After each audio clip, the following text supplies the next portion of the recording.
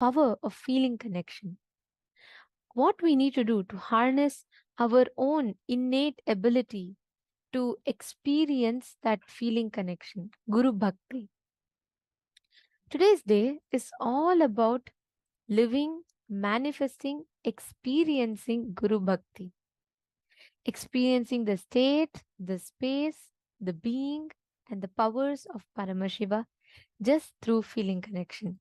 Today is a very, very beautiful day where all we are going to be learning about is feeling connection and how you can apply that Guru Bhakti in the most practical and profound manner in your life, in each and every aspect of your life. So it's going to be a very, very beautiful day today. And how are you all prepared for it? How are you all ready for it?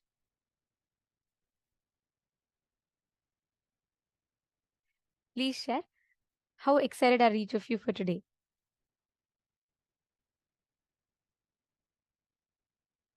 And what are you looking forward to manifest through the day today? I request all the participants to take a few minutes and please post and let us know what are you looking forward to in your day today? What do you want to manifest?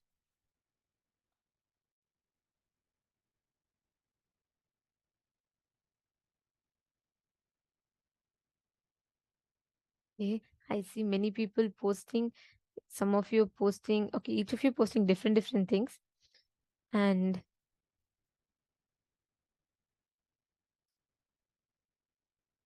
okay, Ma Precious posted. We are enjoying too much. Okay, Ma Amsakala has posted health, wealth, and oneness.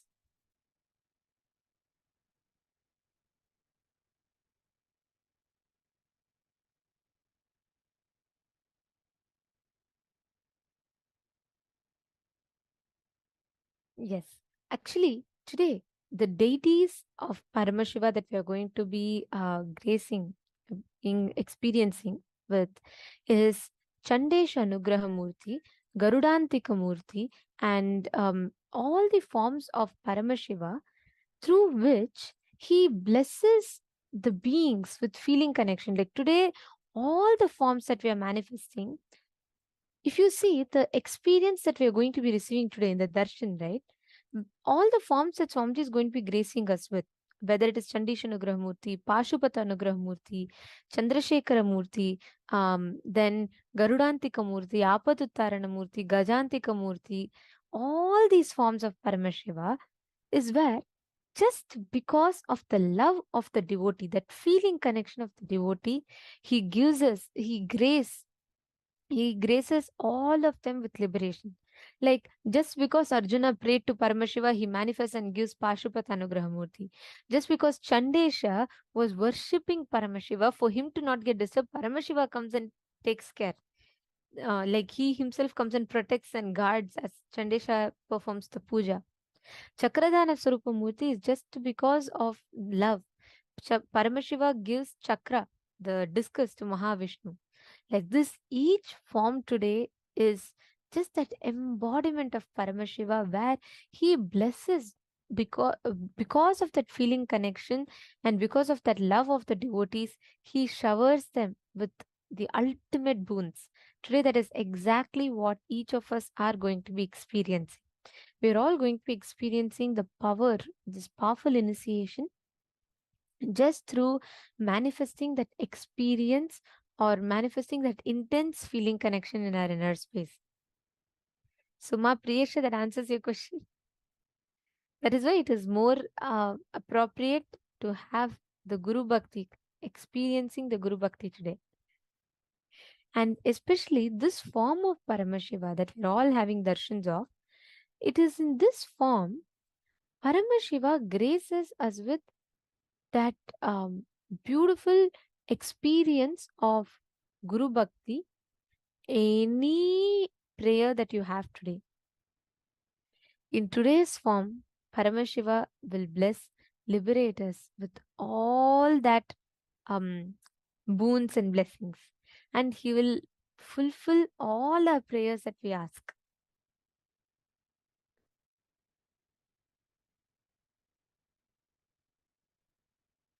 Okay, my Joyce is asking, I would want to know how to really know the purpose of this life. Okay. Seema, please understand, Majois. All ultimately, every being is here for enlightenment. But how really do you achieve that enlightenment? How really do you achieve that purpose of your life? You should ask that to Swamiji during that. He's the only one who can answer because we all know only each other in this birth. He knows us from births, after births, after births. So Swamiji is absolutely right, the only person who can answer it. Wow, today so many of you have posted your purpose or what you're really looking forward to from the program as experiencing Advaita. Beautiful. Okay. So let's all get started with our day today. What we're all going to be learning today in today's session. The first session that we're all going to be learning about, is experiencing the space of surrender. What does it mean to surrender? What does it mean to experience that space of oneness? When we experience that space of oneness, we are all literally manifesting that experience, and we are harnessing our own innate ability, the power of feeling connection that we all have inside of us. That is what we are going to be learning about right now in the first session.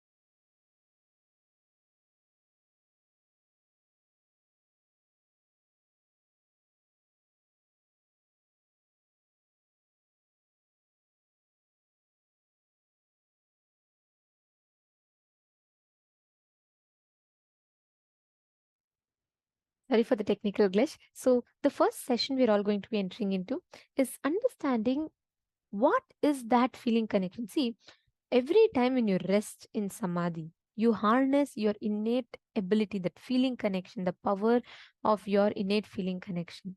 So, now let us listen to the revelations on feeling connection and samadhi, the significance of samadhi that Swamiji has revealed.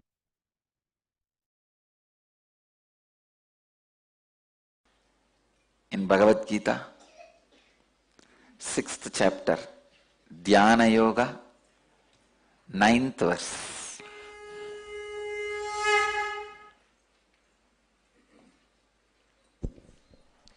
सुहृन्मित्रार्युदासीना मध्यस्तद्वेष्य बन्धुषु साधुष्वपि च पापेषु समबुद्धिर्विशिष्यते.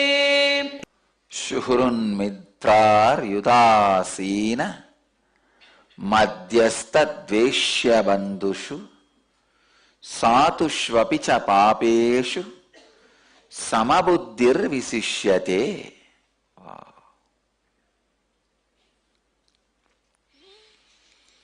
The translation: the one who feels the same towards an affectionate person, a friend, an enemy, the indifferent, the neutral, the hateful one, the unfriendly, the noble one, or a sinner, is said to be established in a superior state.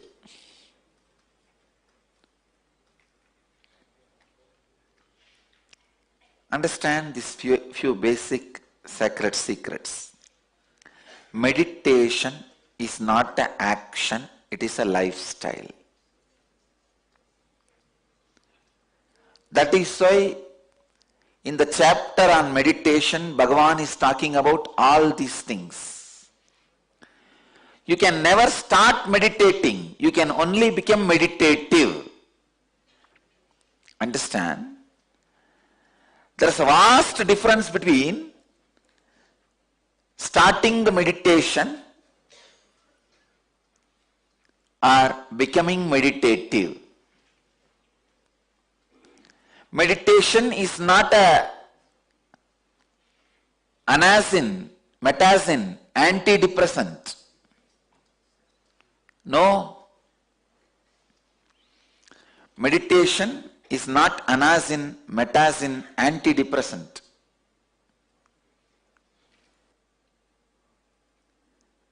Please understand. Meditation cannot be just repairing something in you. It has to completely transform you. Everybody has the feeling to become Lord of the universe. You can become. If you make your unconscious into conscious and superconscious, when you make your unconscious into conscious, you will become Lord of you. When you raise that to the superconscious, you will become Lord of whatever is in your space. More than the word Lord, I'll use you will be in tune with the whole. This is the right way of becoming Lord of the universe. But instead, you try to become a power center through political power. I tell you,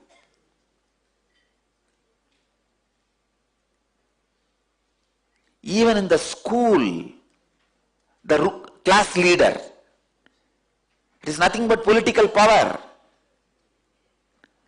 Why even in the school we can't survive without a leader?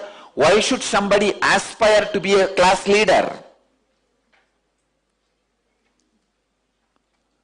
First time I resisted this political structure is when I was appointed as a class leader. When I was in the 7th standard, I still remember. The teacher, she was a Jain family teacher.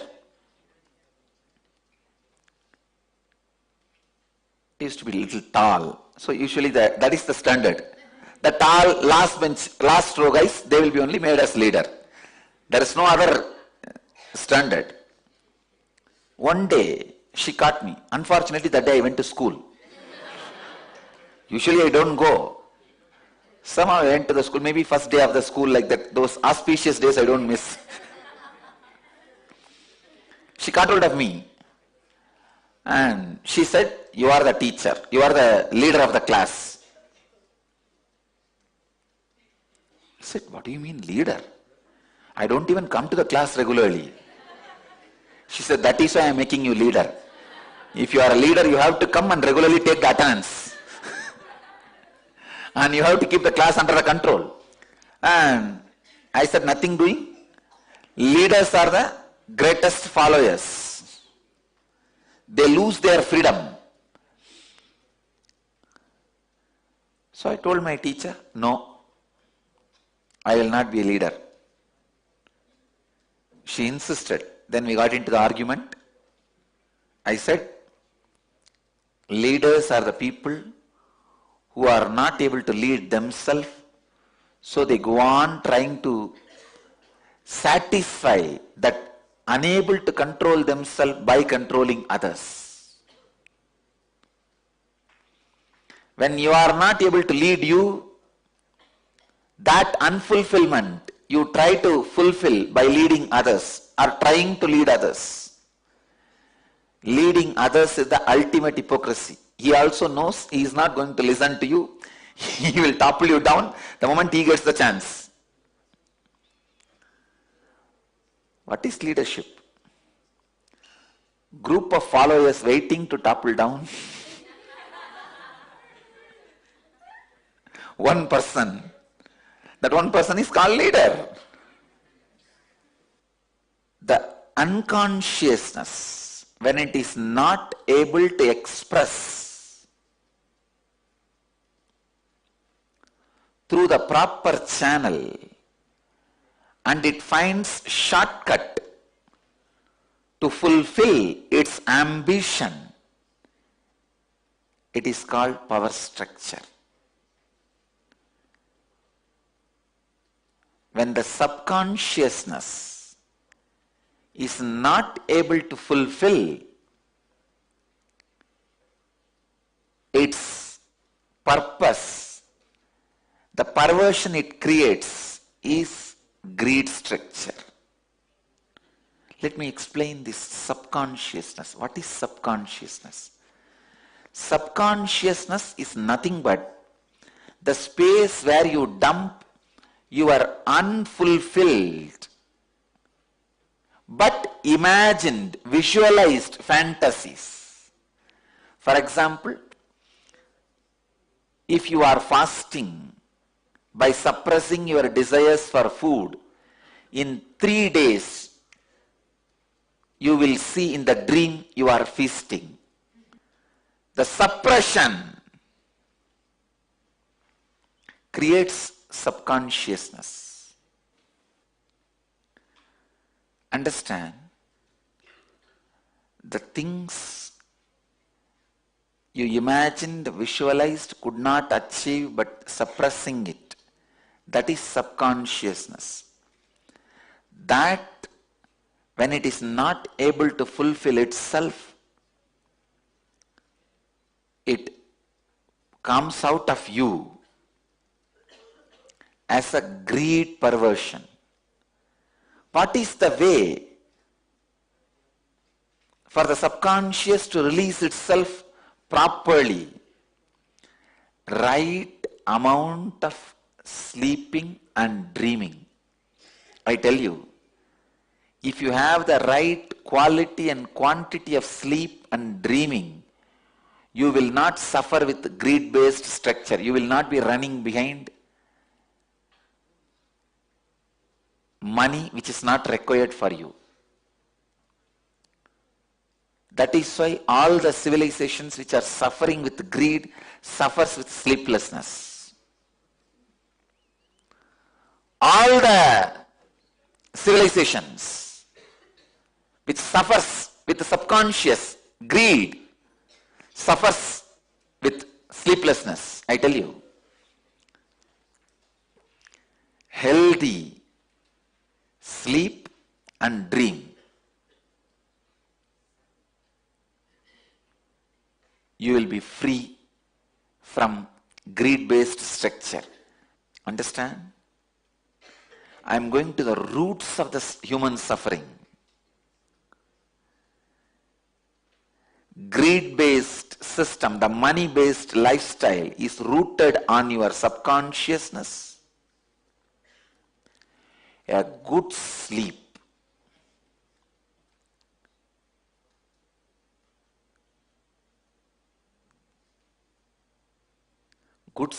will naturally have the proper period of conscious dreaming. When I say conscious dreaming, even in the dream you will have a certain amount of self-awareness, and you will be able to even move some things in your dream. You yourself will know you are dreaming and you can alter the things in the dream. That is what I call conscious dreaming. If you are having conscious dreams, please understand your subconscious is very thin layer. You don't need to worry at all about your subconsciousness. There are no much suppressions. The suppressed desires form subconsciousness. It can either express itself properly through the dream state, conscious dream state, and liberate your system from its influence. But when you don't allow that conscious dreaming and the good quality quantity sleep, it overtakes you, just overtakes you, and the system you create is greed-based money system. The collective suppressed subconscious is responsible for the collective belief mass hysteric belief.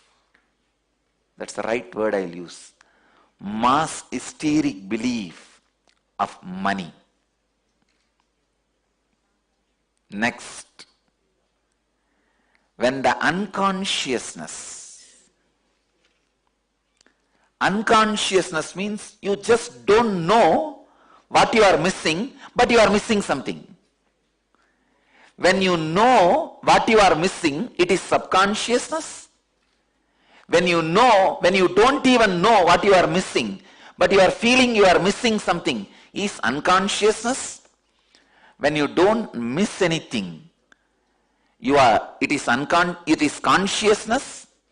When you become Mr. of the Universe, it is super consciousness.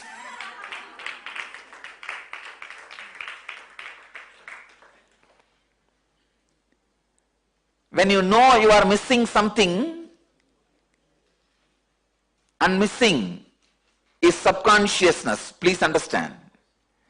When you don't know you are missing something, but you feel you are missing something. You don't know what you are missing, but you feel the emptiness. You are missing something. That is unconsciousness. When you don't miss anything, complete with yourself, it is consciousness. When whole universe feels the fulfillment through you, it is superconsciousness. Understand this unconsciousness. You don't know what you are really missing, what you really want, but you feel emptiness. That is why you think, oh, if I become MLA, I think I'll feel fulfilled. If I become MP, I'll feel fulfilled. If I become president, I'll feel fulfilled. If I become prime minister, I'll feel fulfilled. Unconscious man acts as if he is going to fulfill others' subconsciousness so that he can become leader. That is why the politicians always give big promises. They give you the feeling, I will fulfill your subconsciousness.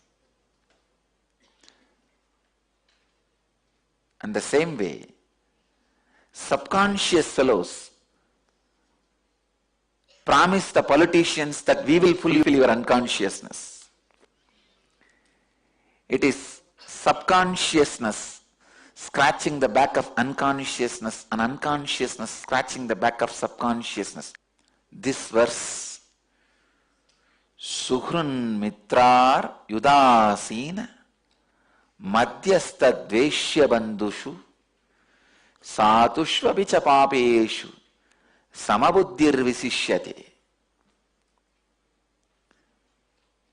Samabuddhir Visishyate. Bhagavan is revealing powerful truth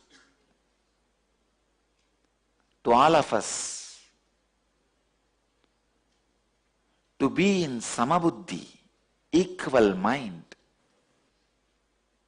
same towards affectionate person, a friend, an enemy, the indifferent, the neutral, the hateful, the unfriendly, the noble one, or the sinner. Means realizing the futility of the power structure. It is power structure which classifies somebody as a right, wrong, good, bad, neutral. It is your ambition towards the power structure and the ambition damaging you. Please understand, when the political thought trend damages your consciousness and mind, that makes you believe that somebody is good to you, somebody is bad to you, somebody is neutral with you, somebody is good to everybody, Somebody is bad to everybody. See, if somebody is good to you, he is your friend. If he is bad to you, he is your enemy. If he is neither good nor bad, he is neutral. If somebody you are made to believe by the political structure, he is bad to everybody, he is called sinner. If you are made to believe by the political structure, he is good to everybody, he is sadhu. I tell you, it is all just PR exercise. Simply PR exercise. All the ideas you carry, somebody is a saint, somebody is a sinner, somebody is friend, somebody is enemy, are all just forced on you after completely deluding you by the strong beatings. It is like somebody hits you on the head, you are reeling. At the time he says, I am the big guy. Naturally, what will you do? You'll say yes and fall. First, the political system is used to hit you when you are reeling, when your head is reeling. Then they claim, see, I am in this post. He is good, he is bad.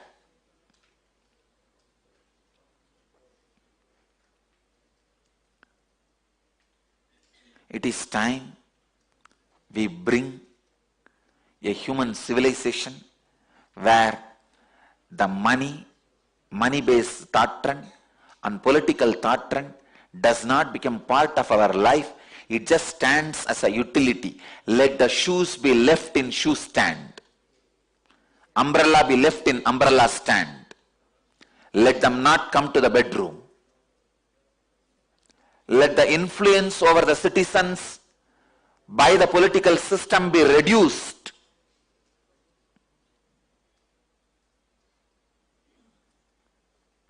Let the influence of the money thought trend over the citizens, humanity, be reduced.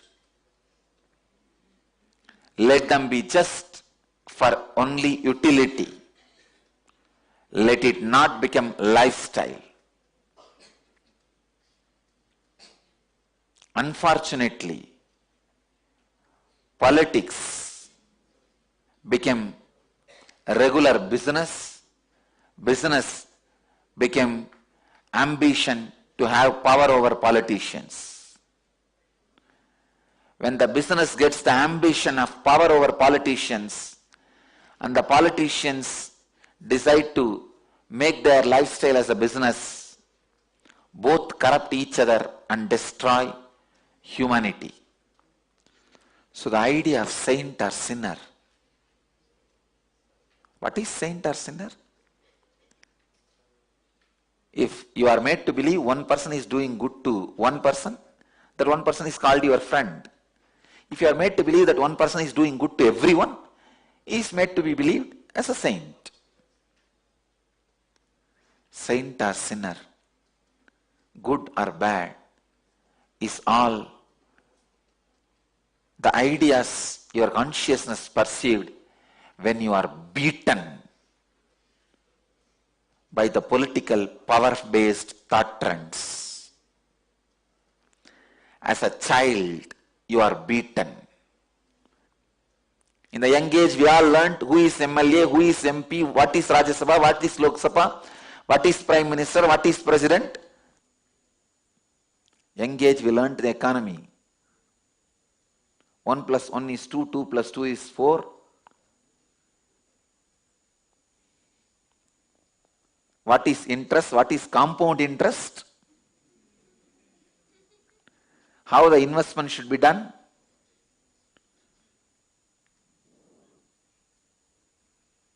My Gurukul kids should know. There is no 1 plus 1. There is only 1, which is beyond 1. The 1 itself was created for utility. And the 1 plus 1 is also utility. things which you created for utility, when you became utility for them, it is like you create fire for you cooking and eating, but fire eats you. You create fire for your eating, but suddenly fire becomes big and eats you. People who are eating from the fire are conscious beings. People who are eaten by the fire are unconscious and subconscious beings. Here Krishna says, wake up, be a conscious being. That is what I call inner awakening. Waking up to the facts of power-based political thought trends and protecting yourself is yen leadership. Waking up to the facts of greed-based money thought trends and protecting yourself is yen wealth. Let the wealth be enlightening wealth. Let the leadership consciousness be enlightening leadership consciousness in you. It is so unfortunate.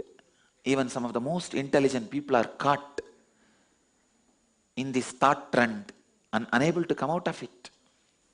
Understand the roots of why you feel somebody is friend, somebody is enemy, somebody is neutral, somebody is good, somebody is bad. Then you will understand all your ideas are just ideas. When you realize that, everybody will be graceful. The moment you feel everything and everybody is graceful, that is when you achieve what Bhagavan calls samabuddhir visishyate. Let your thought trend be repaired, purified, cleansed. Let the political thought structure, which is unconsciousness based, and the economical thought trend, which is subconscious based,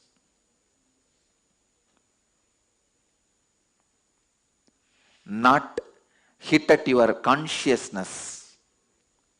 Let that not form your lifestyle, thought trend. Let that not create your major decisions. Let that create right understanding about life in you. Let you become Jivan Mukta. Understand? If you understand how the collective unconscious thought trend damages you, collective subconscious thought trend damages you, and if you protect yourself consciously from those damages and live a whole life, you are Jivan Mukta. Even if you compromise with the power-based thought trend and money-based thought trend, let you do after understanding the insider secrets of both systems. Then you will not be taken away by it. You will protect yourself. You know where to keep the fire, how to cook, and how much food can go inside, and how when it is dangerous, and you will be intelligent to play the game. At the most, maybe rarely as an exemption, accidents may happen, you will die. But as a life, you may protect yourself. But when you don't even know the political thought trends are from unconscious and money-based thought trends are from subconscious, you give them sacredness. You associate sanctity to both. When you associate, even if you associate legitimacy to both of them, you are wrong. If you associate sacredness to both of them, you are worshipping devil, thinking it's God. Internally, Do not give legitimacy to the money-based and power-based thought trends, fear-based and greed-based thought trends. Let it not be legitimized.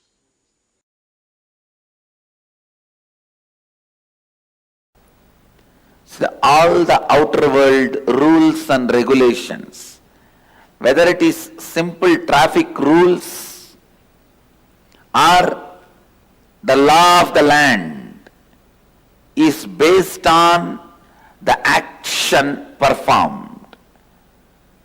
Commission and omission of acts, because outer world can understand only that, outer world functions only with that, outer world can measure only up to that. In search of stability and surety, possibility is forgotten. Listen.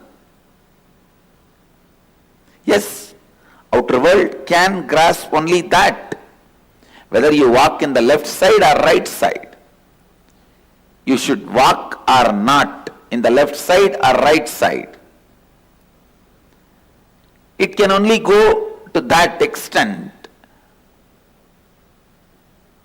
Outer world can understand only that extent is not wrong, but they try to become fanatically declaring only that much exists is something seriously wrong.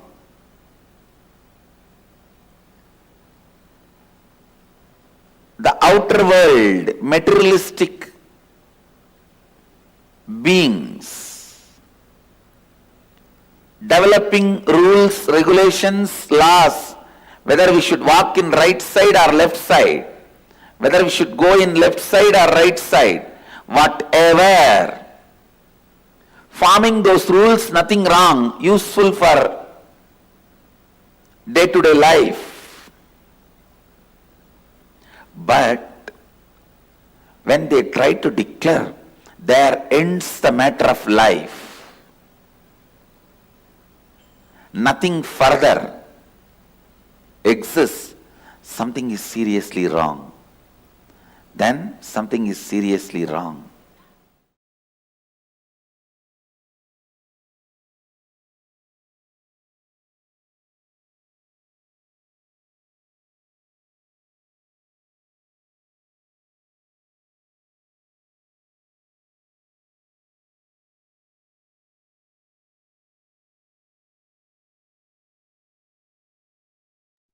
What Swamiji revealed in this session, only when we fall into the space of samadhi, when we rest into that state, all the suffering or unnecessary thought trends that we create inside ourselves is completely clear. Almost always, we're all so busy with all the thought currents that happen in life. And we never really address our incompletions, thought currents, and take it to a conclusion. So, what happens is that suffering or that separation is carried over and over and over.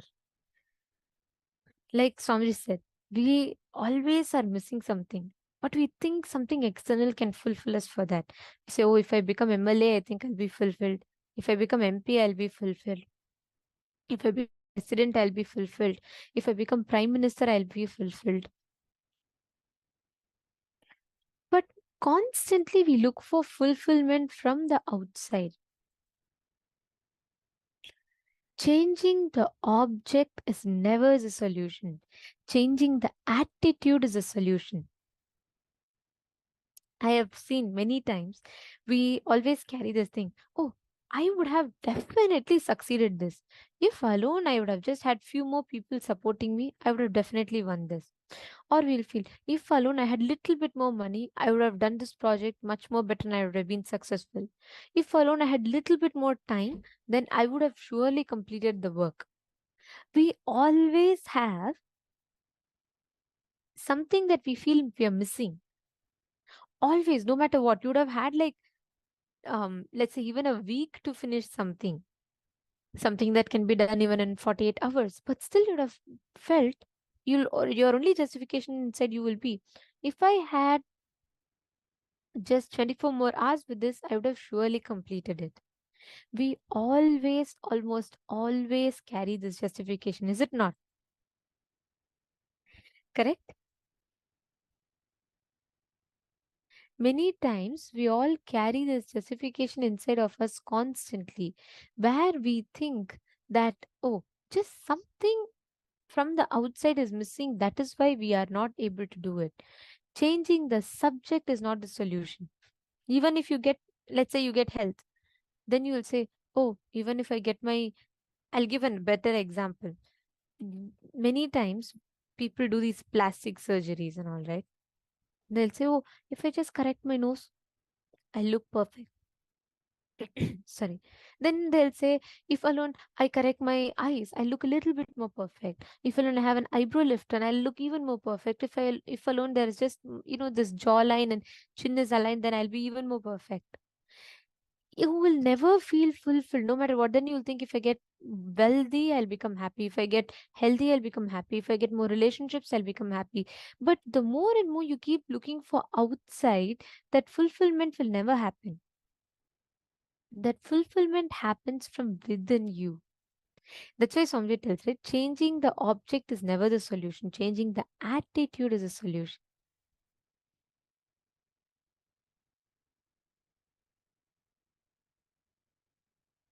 Make a list of things that you feel attached to or things you feel greedy about. It might be a habit, perhaps even a particular pleasure or object or a person, including anything or anyone on the list that makes you feel possessive, greedy, or lustful about. It could be anything. For example, you're very, very possessive, or you're very greedy about food, or you're very, very possessive about wealth or some relationship. Please pen that down. Take a few minutes and write down.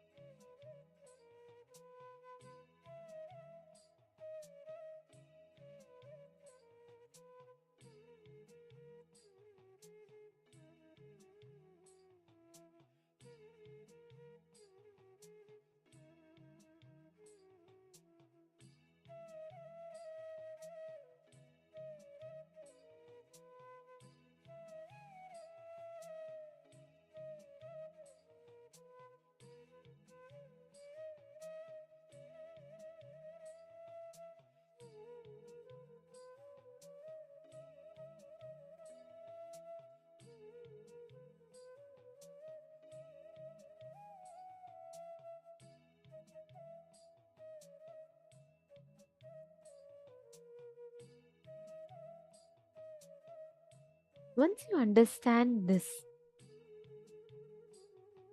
every time, whenever you make a choice, it suffocates you if your choice is always dependent on the object and not the attitude. If you think it is the object that is going to get you everything, for example, if you think that just by you um, constantly being attached, getting attached to yourself to some object is going to not let you manifest happiness, understand that only adds increase suffocation in your inner space. It does not add any kind of completion in your inner space. So when you just manifest that space of purnatva, completion, it just happens from that space of manifesting that experience where no attachment, nothing from the outside will affect you, or no situation, no success, no loss will affect your inner space. You will know the resource, inexhaustible resources from inside of you and not from outside of you. Understanding?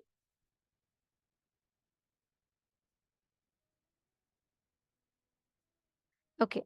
So now we will all be entering into the power manifestation session.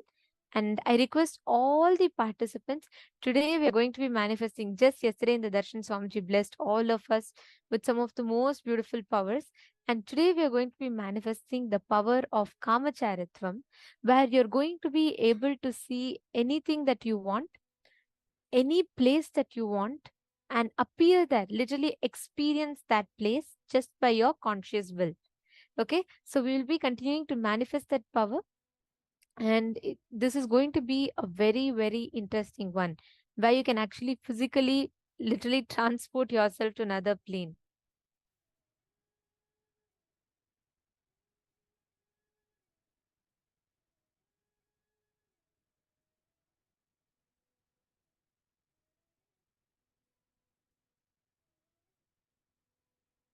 So now, for all the participants here, can I request every one of you to post what is your understanding, what is the click that you've received through this? Okay, so Mamevyang has posted money, people who I love. Okay, you have posted all the things that you're obsessed about. Okay. Seema, Mamevyang, please understand, I read your message. Every time, if you constantly create your existence out of the need for someone from outside to give you the certificate, you will always be running behind that certificate, and you not getting certificate from outside will put you into depression. That is why what you base yourself out of really matters. That really affects what exactly you do. What you base your inner space out of really matters. That is why whenever you establish yourself in integrity, feeling connection, something that is eternal, you never fall into depression. If you establish yourself on something that is ephemeral, it is very easy to just fall into depression in just one thing. Like, for example, if you're always building yourself on credit, people praising about your look, just one person saying you don't look pretty is enough. I very recently came across a news article where one of the um, celebrities, just because one social media user commented under her about her eyes or something, she went and got a plastic surgery done and her whole eyes got damaged. She had swelling and all of that. I was reading, she was saying that she felt so bad, she could not handle it because she thought she was beautiful, and one person commenting affected her so much, she went against doctor's advice to go get the eye surgery done, the plastic surgery done. There are so many people who want to go and get skin lightening, all of these just because of people's comments. And that's exactly what happens when you want to go and get the things just because of people's comments. And that is because you depend your fulfillment, your joy on other people's certificates. You build your joy based on ephemeral things, not the eternal. If you build yourself with understanding your consciousness, your eternal, you will never be constantly um, running behind certificates from others. Okay, Ma Priyatma Srupini is saying the right message at the right time. Swamiji tells, right, he talks exclusively to each and every one of us. It is not just one or two people. Every one of you here, Swamiji is personally talking to us. Okay, so let's all enter into the power manifestation session now. We're going to be manifesting the power of Kamacharitva, and let's get ready to manifest the power.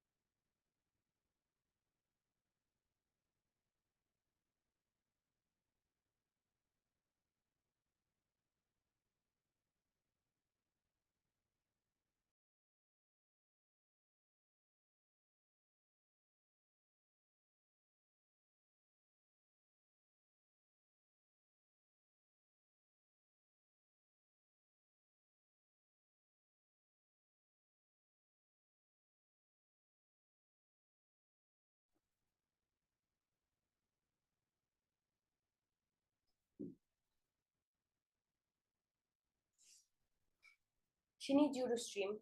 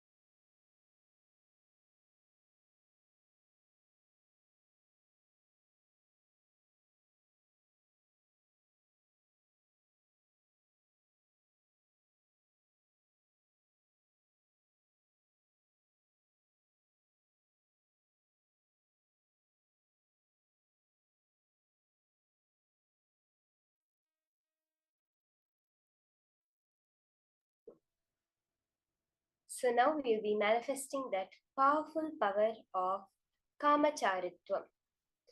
Kamacharitvam literally means, Kama means your desire, and Charitva means to go to a place, to be able to walk in a place. That ability, that Shakti, to go to any place you want to be in any place, to experience anything you want to, is the power of Kamacharitvam. That is all what we're going to be manifesting today. Okay? Again and again, understanding that when you realize that every being is an extension of you. Every place, everything, every person is nothing but an extension of you. When you realize that, then automatically all this comes as a side effect. Okay? Now, when we are going to be manifesting this power, you are going to just connect to Paramashiva. See, what is a powerful cognition? See, when as Swamiji's devotees, as Swamiji's disciples, as his initiated disciples, we don't have to do any effort from our side. It's very important to remember this. We do not need to do any effort from our side. The minute you sit as Swamiji, the minute you sit as Paramashiva, Swamiji's conclusions, cognitions will become yours. That is the whole science. When you sit as, yes, Swamiji has told me that I am Paramashiva, so I have to be Paramashiva, with that, just saying that this is the truth, whether or not it's become my experience. This is reality. And sitting with that confidence, when you do that, his cognitions, his conclusions, Swamiji's manifestation automatically happens through you. So we're going to start the power of Kamacharitvam.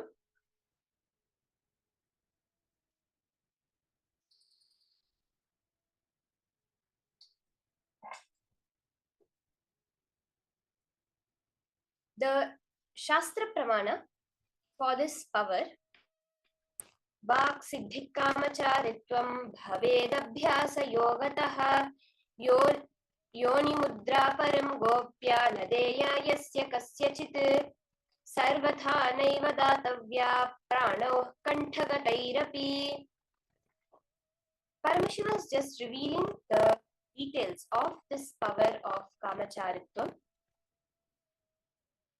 where he is telling how the various mudras, the various initiations lead to this power of Kamacharitvam, being able to go wherever you want, however you want, at any point in time.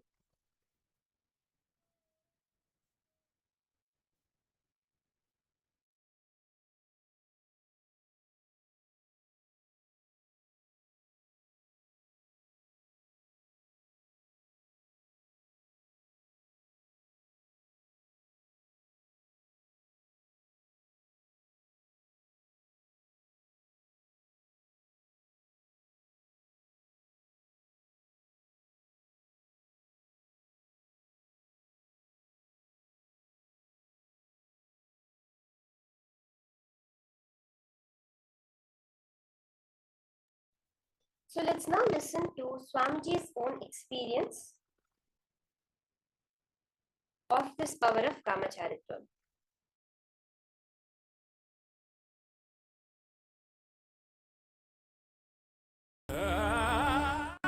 July 5th, 2017 marks as a historical day by yet one another of the countless Leelas, divine plays of the avatar His Holiness Paramahamsa Nityananda.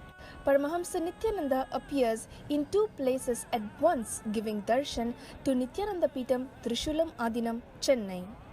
In the early hours of Brahma Muhurta at 4 a.m. on the 5th of July, Nityananda Peetam in Trishulam Adinam was up and alive, taking part in their morning spiritual routine of performing Nityananda Yoga. This picture was taken at around 4:05 a.m. by a sannyasi in Trishulam Adinam to record the attendance for the morning yoga session. Little did she know that in the attendance was none other than Paramahamsa Nityananda himself. It was after the image was captured that the form of His Holiness was noticed in the picture. It is undeniably his physical form, as evidenced by the shadow appearing in front of him. Also, pictured is an image taken of Paramahamsa Nityananda at Bengaluru Adinam on the night of about 10:30 p.m. where he was giving darshan to the participants of the 43rd Inner Awakening, and at 6 a.m. on 4th of July during Pratyakshapada Puja where he was physically present. This event was broadcasted live on Nityananda TV and via two-way video conferencing witnessed by thousands worldwide. There are eyewitness records of people around His Holiness as he was getting ready for the Pratyakshapada Puja in Bengaluru Adinam on the morning of 4th of July.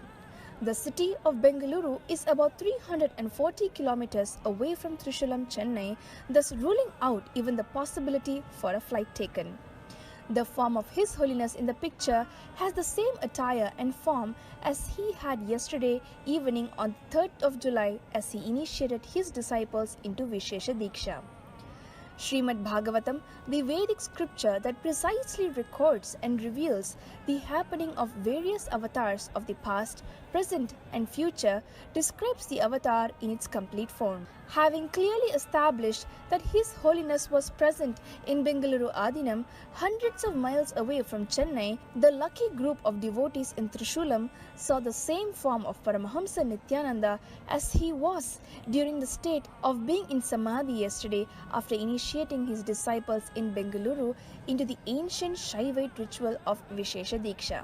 His Holiness Paramahamsa Nityananda is seen adorning the sacred kavi cloth given to him by his Guru and Nityananda Sangha's Paramaguru Arunagiri Yogeshwara, who is an incarnation of Sadashiva himself in Tiruvannamalai, Arunachala.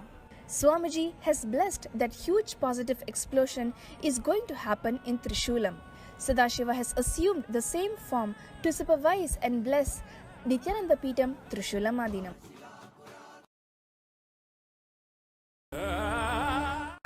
July 5th.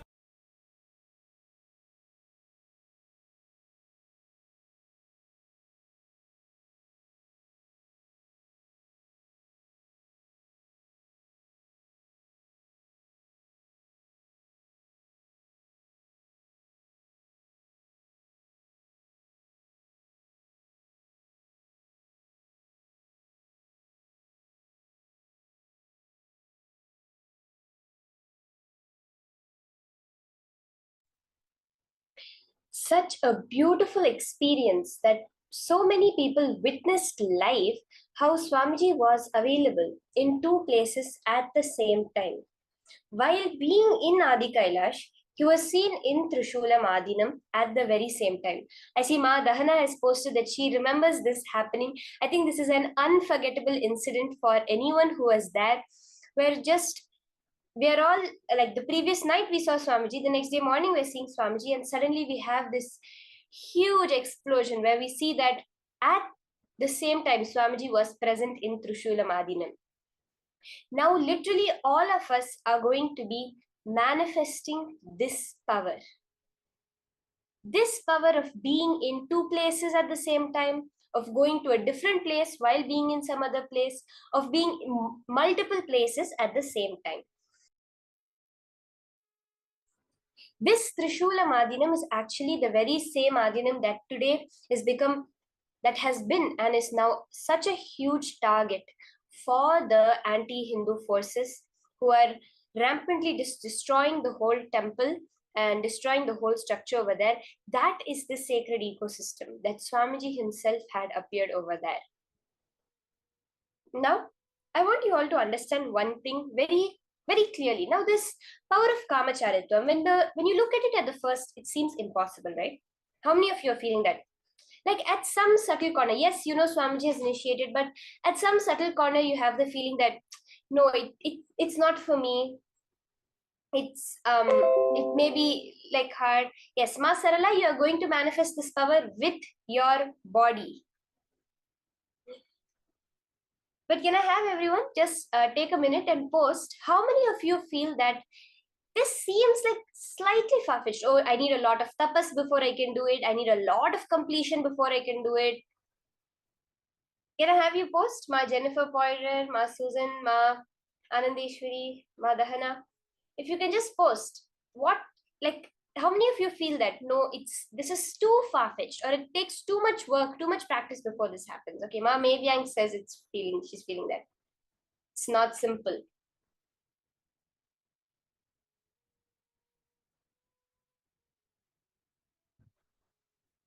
So we feel this, right? We all feel that it's a very far-fetched idea and that it'll take a lot of tapas to reach it, or else it's impossible to reach it, correct? If you're a little bit more connected to Swamiji, if you've been a long time, you'll feel that it's far-fetched. It takes a lot of tapas. Or else if you're very new, you'll feel like, no, this is absolutely impossible. But let me tell you one thing. Every day you manifest this power. Can anyone guess where? Every single day you are manifesting this power.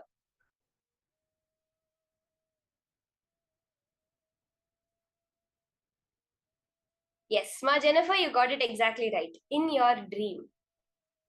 Every day you appear in who knows how many people's dreams, and how many people appear in your dream.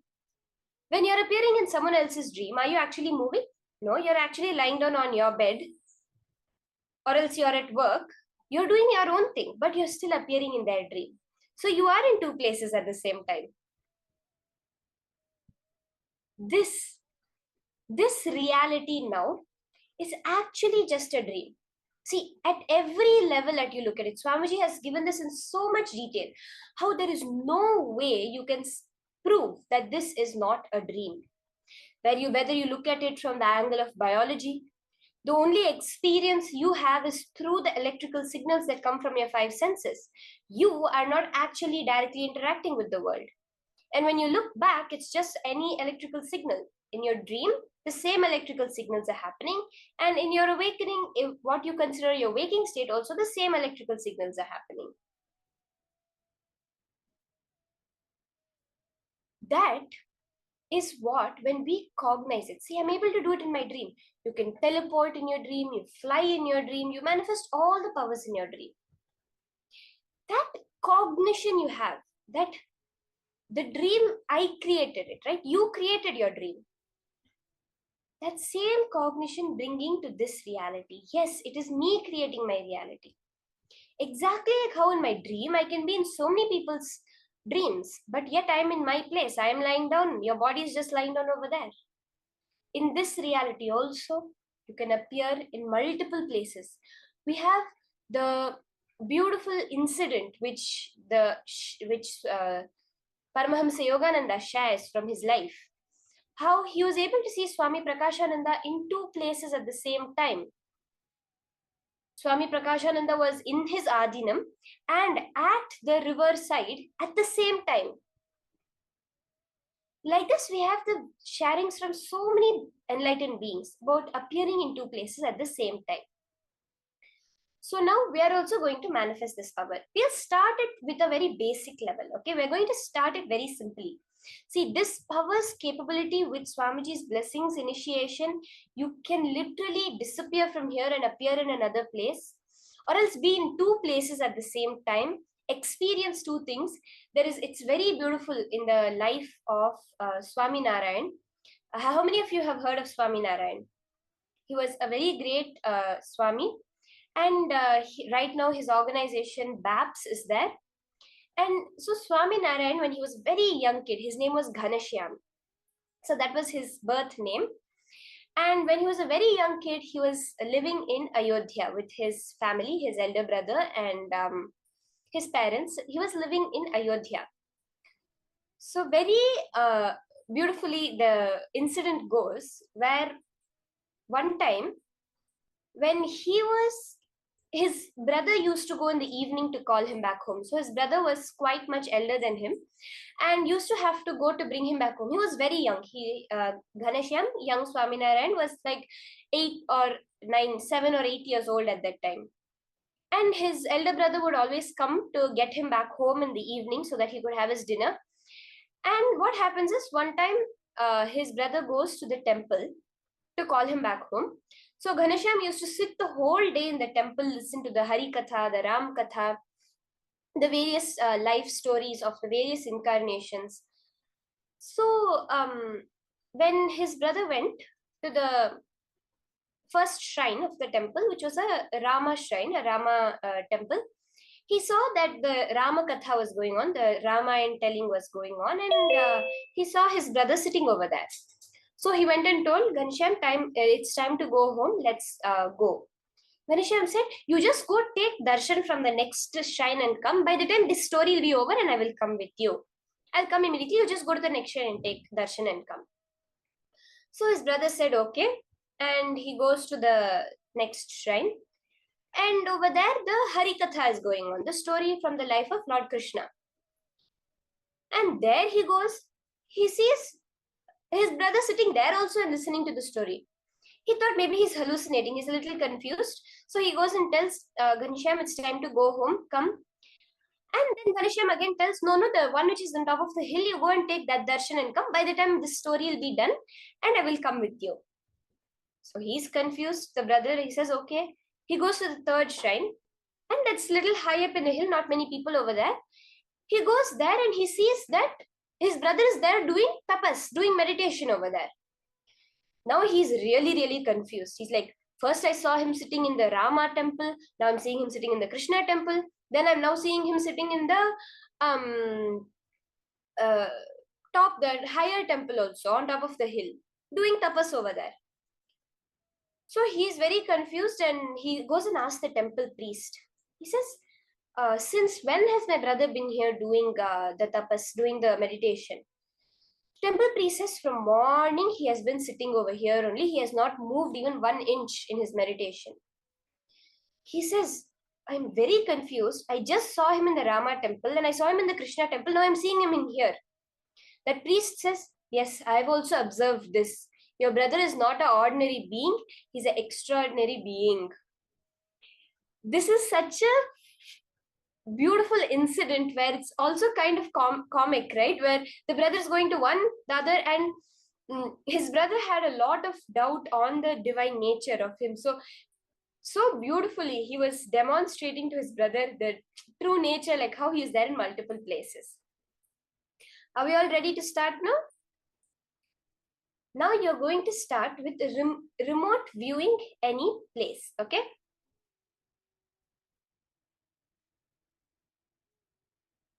Now, you can all connect with a partner. You can start with connecting with a partner in your Zoom room.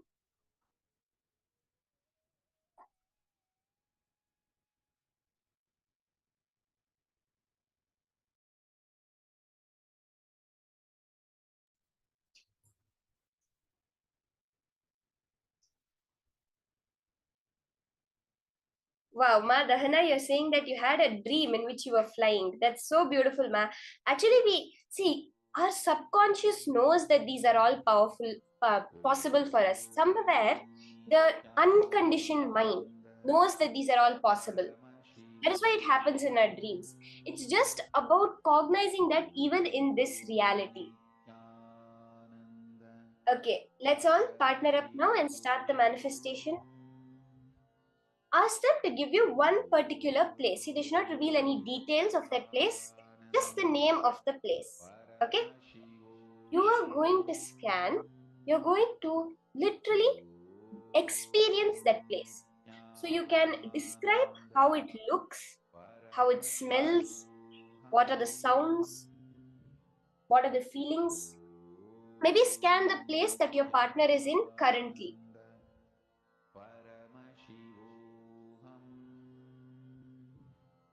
Yes, we can start with scanning maybe the place that your partner is in currently.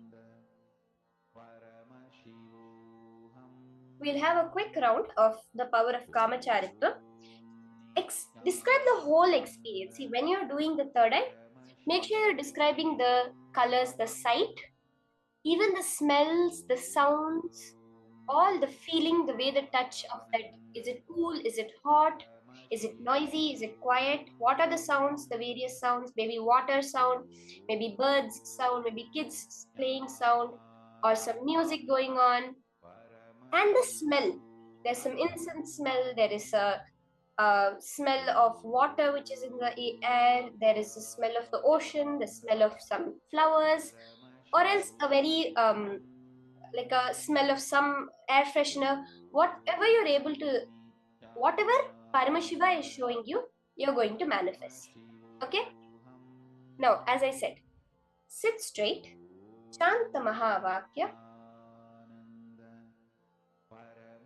and just sit as Swamiji. His conclusions will become yours when you declare your integrity to him. You declare, Swamiji, you have said that this is the reality.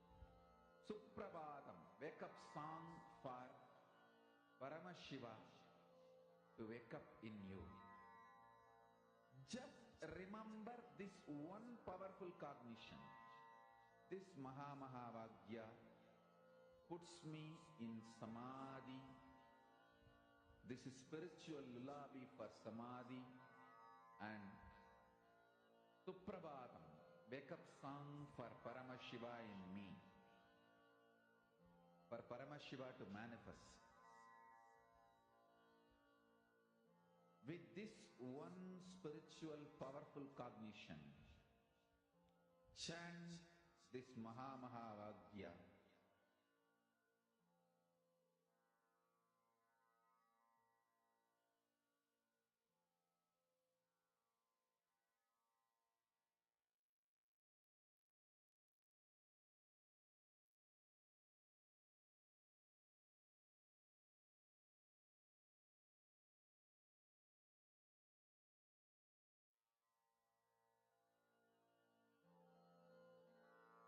Mahamahavagyā, spiritual lullaby for Samadhi.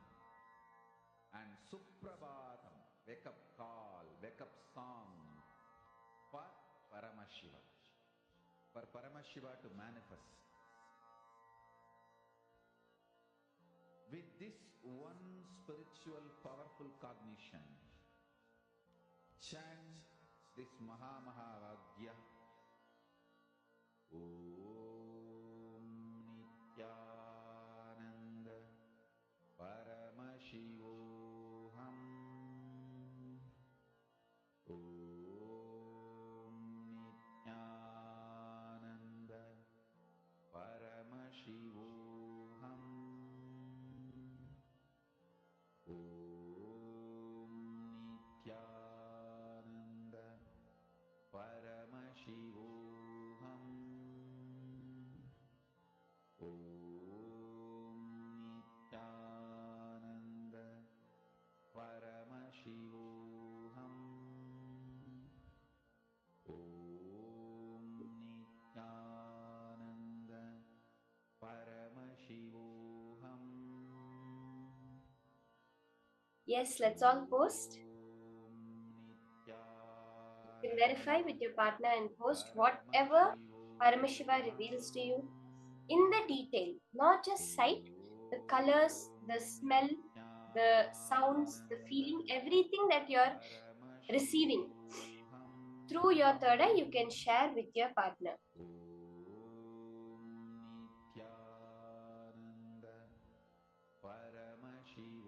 Even the smells of the place, the way it feels like breezy, or it feels very hot, it feels very cool, whatever you're able to, whatever feeling is coming to you as you're scanning, you can share that. Then the sounds, like you're hearing some water dripping sound or people talking, a lot of cars sounds, any sounds that are coming, you can share that. Then when it, even the smells, like you're able to smell the rain, you're able to smell some flowers, some air freshener, or some food items that have been cooked, you can share even these things. See, it'll come to you itself as the five senses, not necessarily that it'll only come as a visualization to you. As the five senses, it will come. So whatever is coming, you can share it exactly like that. Like for example, you're hearing something, you can say, Ma, I'm able to hear this. Or else you're feeling something, you can say, I'm able to feel a cool breeze coming, Ma. Like this, you can do it and share. Paramashivoham. Om Nityananda Paramashivoham. Om Nityananda Paramashivoham. Om Nityananda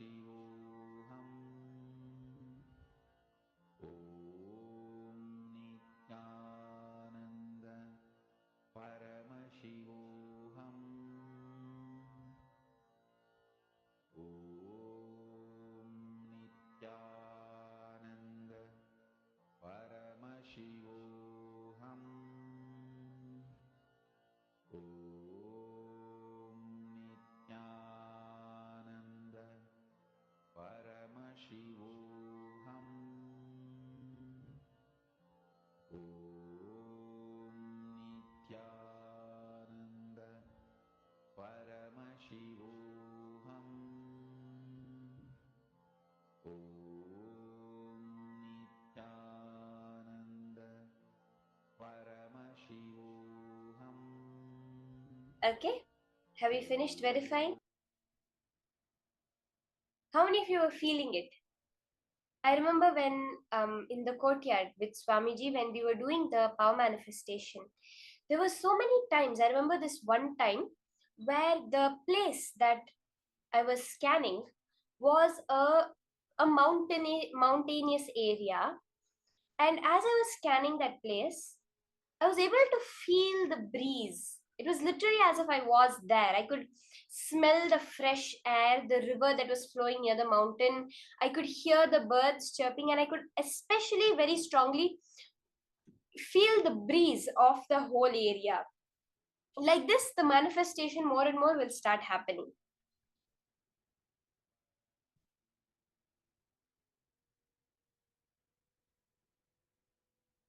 So the more and more you do it, try to tune into that. See, soon you'll be able to see, you'll be able to connect to someone at a remote place, and they literally feel your presence over there.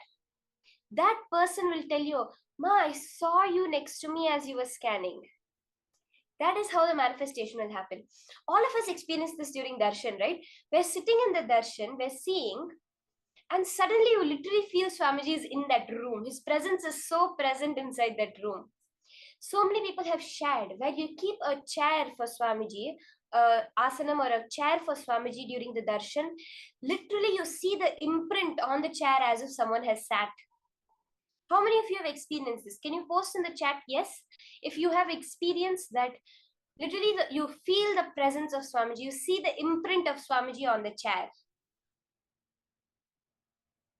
Anyone who has been there even a little bit time, last 2-3 years, so many people would have experienced this. And all of you, even nowadays, during the darshan, what you can do is you can keep a chair and you will literally see how the imprint, as if someone has sat on the chair. Keep the chair just for Swamiji. You can put a cloth on it, arrange it neatly. And you will see at the end of darshan, as if a heavy imprint will be there. It will be warm, as if somebody has been sitting in it, even though nobody would have physically sat on it. Now, with that space, we're going to be entering into the next session on the 5 Kundalini currents. Yes, we're going to be now listening to Swamiji's powerful cognition on the 5 Kundalini currents that Swamiji is going to be revealing. Let us now enter into this session.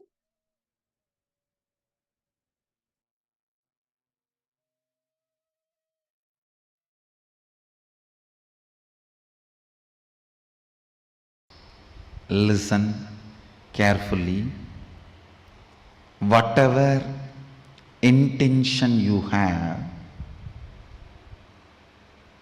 that you want to become, that is you. Other than that, any psychological, physiological, neurological experience, perception you go through is not you. If you feel depressed about your body and your mind and about yourself, or if you feel excited, elated about your body, your mind and about you, whether depression or excitement, nothing is you. Nothing is you. When Arunagiri Yogeshwara shared these words with me, the way it entered into my system, the way it became part of my cognition, the way it became part of my reality, from that day, never physiological, psychological, neurological ups and downs can bind me in any way. Listen to this truth and contemplate on it. I'll support you to experience that as reality. I still remember you are sitting in this very posture, Sukhasana, having hand on my shoulder, and said the exact words uttered in Tamil. Main நினைவாலோ உயிர் நினைவாலோ மூளையாலோ உணர்பவை உள்ளது அல்ல.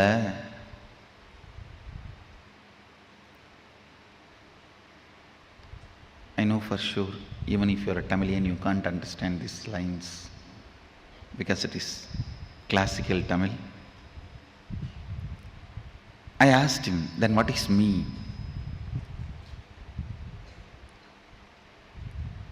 He put the next question,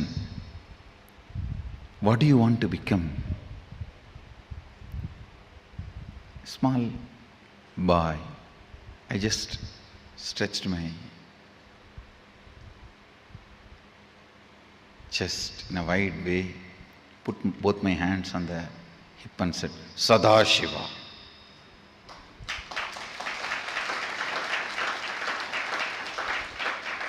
Whatever I heard from the temple lectures, satsangs, pravachans, books, that is what I know as ultimate.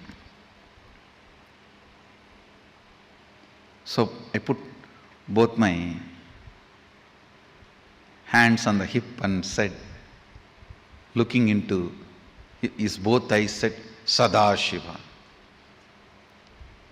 And already his hand was on my shoulder.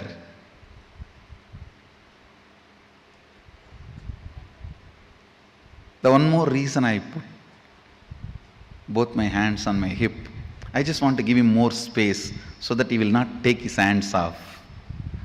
His hands will rest comfortably on my shoulder. I was so much in love with him, I will not miss a single chance to have his touch. Whether he touches me or I get a chance to touch him. Already his hand was on my shoulder. He said, you are that.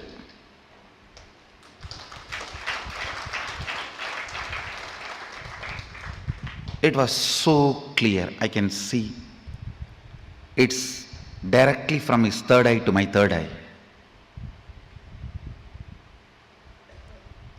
There was no questions, doubts after that. He himself explained.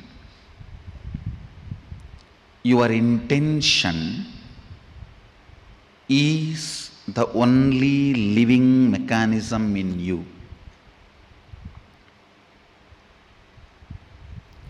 ஆஞ்ஞையே உனக்குள் இருக்கும் உயிர், ஆஞ்ஞையே உனக்குள் இருக்கும் கடவுள், அதுவன்றி வேறொன்றும் உன்னுள் உயிர்த்திருப்பதில்லை என்பதனால் உயிர்த்திருக்காத ஒன்று உயிருக்கு உபத்திரவம் தர இயலாது. Means your intention only is you, your intention, what you want to be is only God in you.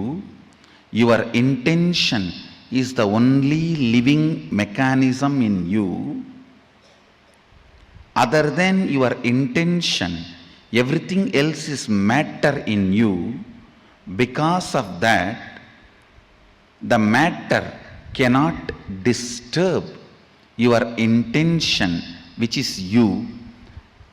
You cannot be controlled, affected by the matters in you.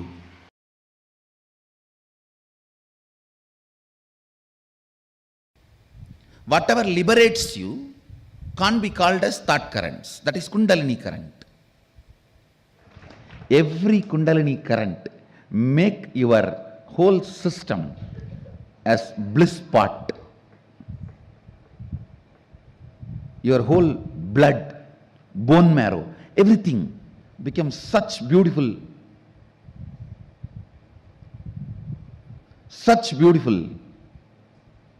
bliss overflow. What you strongly believe inside you as your fundamental right. Listen, all of us strongly believe some things as our fundamental right. That freedom should not be touched, because I go through whatever I go through which I don't want in my life just for that one thing. So all of you look into what do you think as your fundamental right. Listen, what you feel, what you believe as your fundamental right, that plays a major role, because when you are alone, you boil down only to your what do you think as your fundamental right. A man who thinks, I tolerate all this just for the sake of money, who thinks money is his fundamental pleasure, fundamental right, naturally he will become rich. He will be working only towards wealth and he will become rich. But he will not be fulfilled. Please understand, whatever you think as your fundamental right, you equate that and your life. You are ready to bargain with your life to gain that. Sometime yes from girlfriend, sometime yes from a business proposal, sometime yes for pleasure. Whatever you equate as your fundamental right in your life, you will get that, no doubt, but be very clear, you will never be fulfilled by that, because actually your fundamental right is to build the bliss chemistry in you. Anything other than that, you will feel you have been cheated or you wasted your life on it. There are so many things in your life which you don't like, you do it just for the sake of what you think as the fundamental pleasure of your life. Anything you think as your fundamental right, for which you go through whatever you go through in your life, whether it's money, name and fame, relationships, pleasure, you will get that. But by that very thing which you equated your life to, you will feel cheated by that. No pleasure, no money, no power, no girlfriend, even if it's Miss Universe or Miss Cosmos or Mr. Cosmos, no one can equate your life. Understand? Your fundamental right is building your own bliss chemistry, where you are independently able to fall into the joy and bliss just by your intention, your will. Ability to fall into the bliss chemistry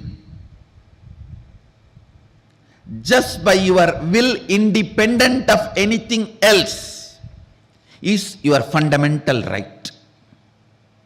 Every child should be taught this is your fundamental right.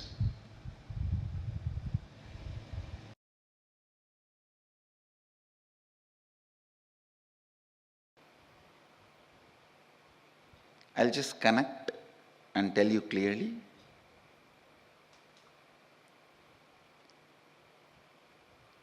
First thought current I gave you is, you are your intention, nothing else. Neither physiological nor psychological or neurological experiences are you. You are beyond all of that.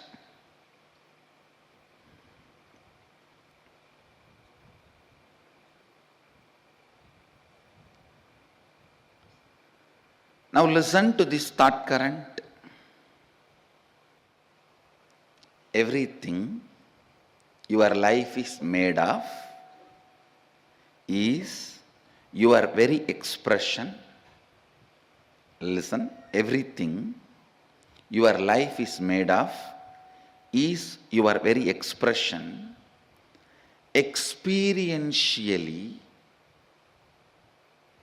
playing with them, changing them, altering them, manipulating them is powers, siddhis. Understanding, no need to play with any of this, you are beyond, and going beyond is enlightenment. Listen now. Listen now. Now what I said is pure science. Mahadeva gives a very powerful practical methodology to experientially realize this statement. The statement which I uttered now is a sutra, pure science. Whatever you see in your life, including the walls of this hall and me sitting in front of you, this throne, your chair, the people sitting around you, everything is made of a material which is from inside you. You can alter, manipulate, extend, reduce, change everything as you want. Please understand. Everything you see in your life is made out of a stuff which comes from your very self.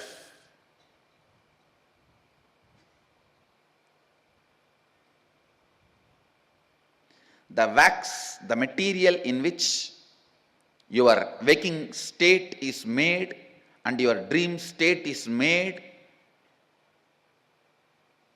that material is from you, inside you, just like cobweb. It's from you, the material is manifested. Listen. Listen.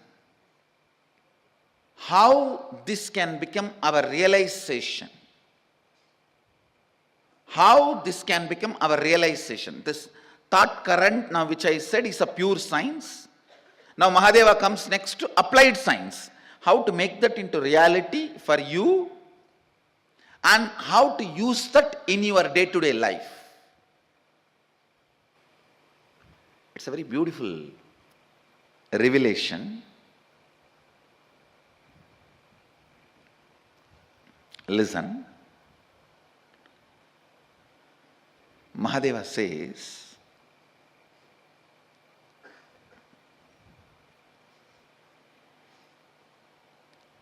early morning, the period of Brahma Muhurta, where the so-called reality, waking state has not become 100% real for you, and the dream state has not yet become 100% dream state for you, where you are just moving in between. Brahma Muhurta, morning 4:30 to 6, where Your inner space, some moments is in waking state, some moments in the dream state.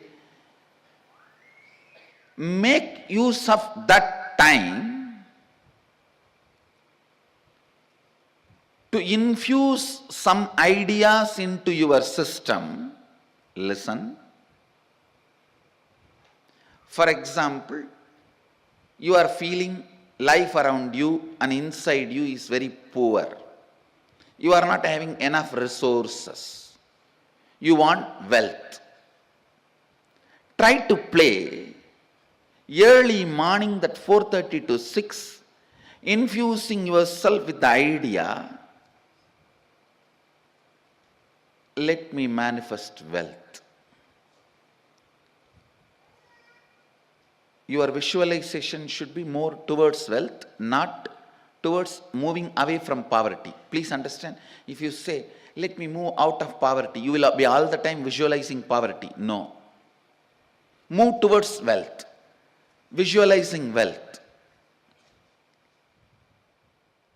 The first thing will happen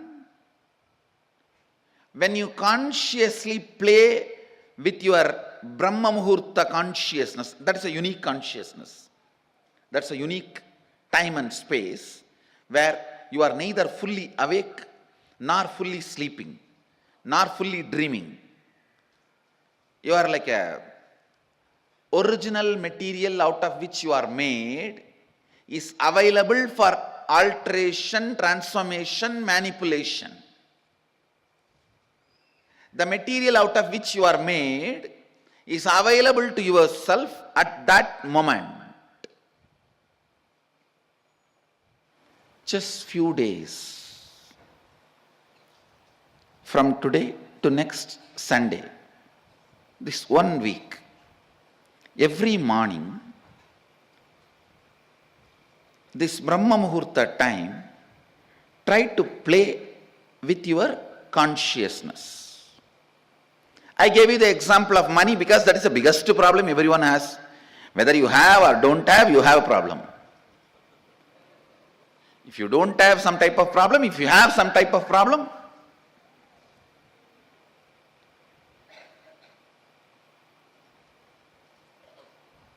you can work on even your health. You can work on your relationships. You can work on your fulfillment, feeling alone, empty, lonely, on anything you can work. Try to visualize what you want to manifest. It will not take more than 3 or 4 days for you to realize, actually you are setting the trend and thought current. You are setting the trend and thought current of what do you want to express in that Brahma Muhurta time. Sleeping during that time means wasting your life. Do not entertain. Please listen. Do not entertain the thought currents which are not directly conducive for your life at those moments. Because whatever you entertain during that time will become part of you. Now play with this thought current, this Kundalini thought current.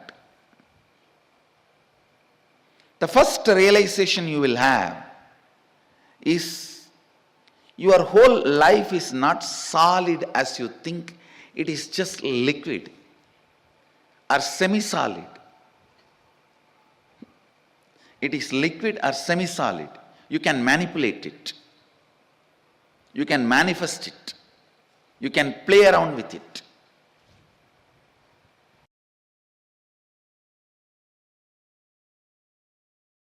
Understanding this thought current is too important. Your physiological, psychological, neurological ups and downs are not you. means whether you feel sexually aroused or frightened and shrinking, or filled with the excitement of that future victory, or shaken by the fear of future failure, all these are not you, but the material space, stage on which all this dance is performed, that stage is you. The muscles on which this memory dances is you. The biology on which this biomemory jumps is you.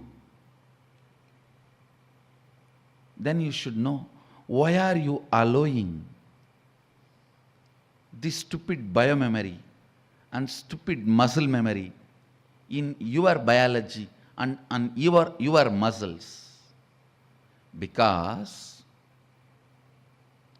your God particle need to strongly remember it is not particle, it is God. God particle is all the time try to be particle. It need to know you are God, not particle.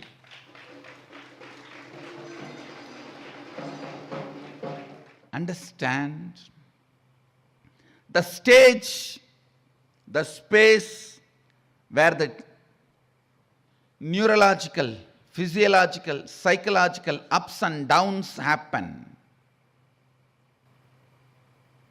The stage, the space is you. Purpose is to remind your space of God. Please listen. You are not God particle, you are God.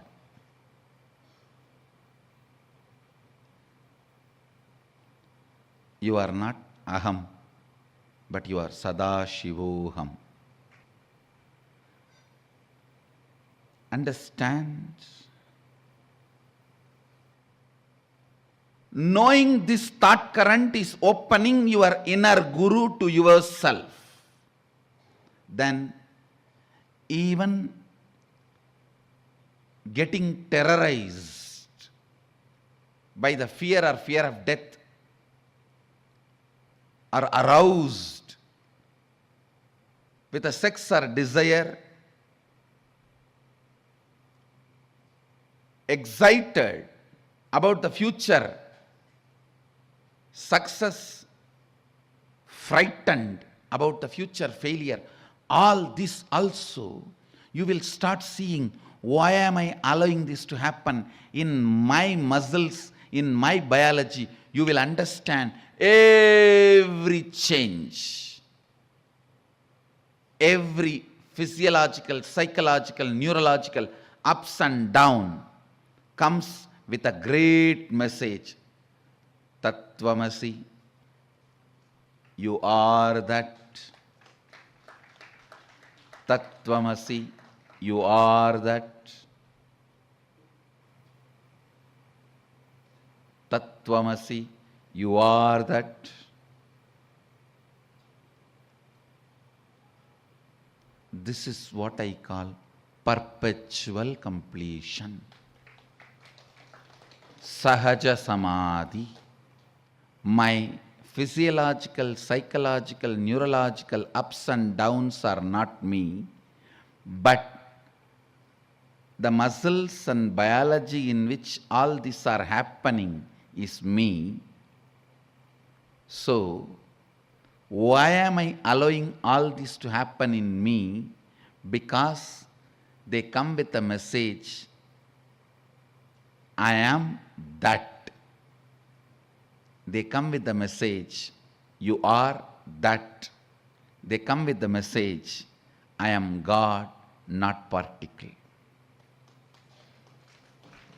Let this become your subject for Vakyartha Sadas, cherishing, thinking, feeling, internalizing, internalizing, you will see even a small needle piercing your body by mistake,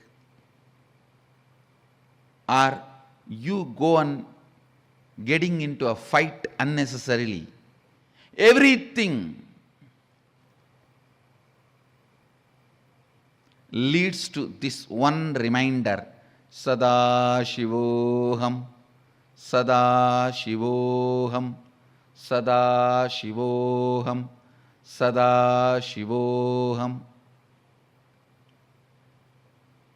The moment you start remembering, you may not need the reminders. The moment you wake up, you may not need the alarm clock. So, the moment you remember Sadashivoham, the physiological, neurological, psychological ups and downs will automatically stop, even if you don't do anything to stop them, because they served their purpose. They finished their job.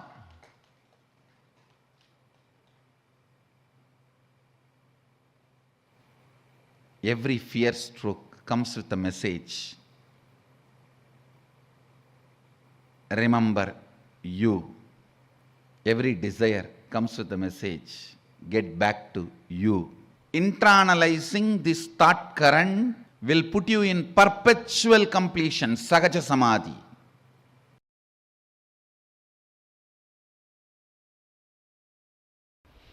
Only when the seeking enters, the life itself starts in you. Till then, whatever you may have may be style, but not life. Understand? May be style, but not life. Don't call that as lifestyle. Seeking integrates you. Seeking evolves you. Seeking awakens you. Seeking aligns who you are to yourself. I tell you, till the seeking starts, even you will not experience what you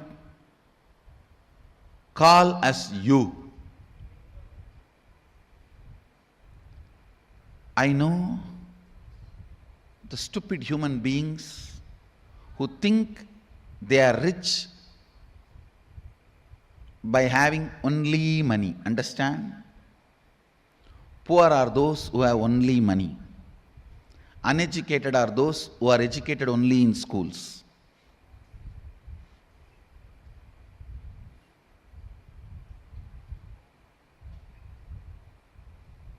Seeking sets the right standard, right expectation about life.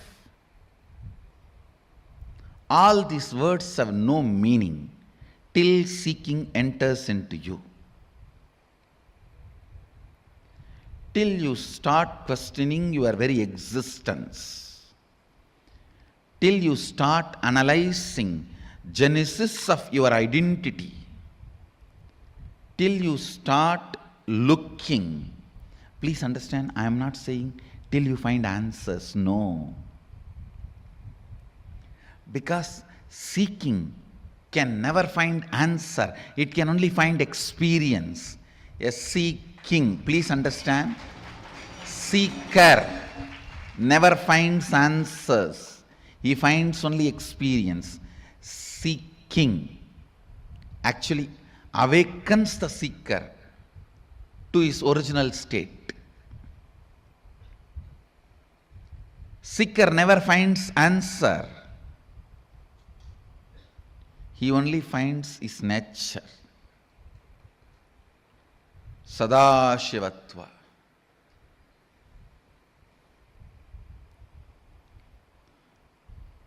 till seeking penetrates your thinking system, till seeking becomes an important component of your cognition, life has not started in you. Life starts when seeking becomes your cognition. When the seeking becomes your cognition, everything becomes sweet. Thinking, feeling, working, living, loving, caring, even fighting. Now everything becomes juicy because you have a purpose, you have a reason, you are needed. Look into this important pattern in which all of you are stuck. All of you are constantly comparing the lifestyle and thought current which develops after seeking, its plus and minus, and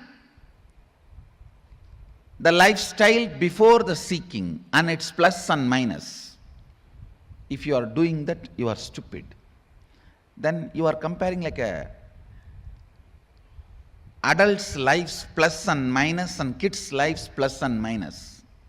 Yes, surely kids' life has some plus which adults' life does not have, but that does not mean you can remain as kid forever. That is a disease, that is sickness, that is immaturity. Being childlike is different, being childish is different. You are trying to be childish and you think your childishness should be celebrated as cute. No. No.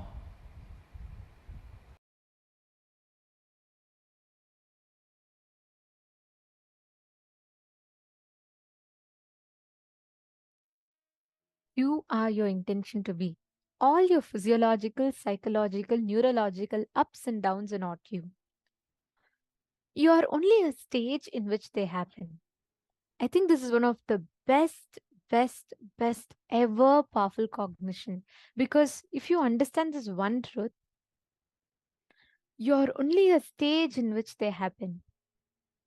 Your bliss chemistry is not affected by the physiological, psychological, neurological ups and downs in life. The only thing that matters is your intention. You are your intention to be. Swamiji so beautifully summed up the whole thing, right? Which Kundalini current did each of you cherish? Can I request everyone to post the 5 Kundalini thought currents that Swamiji revealed? Swamiji said 5 main statements in this session. Come on, let's see who remembers it. Arun Pillaiya, Everardo Alfaro, and Jay Ishar.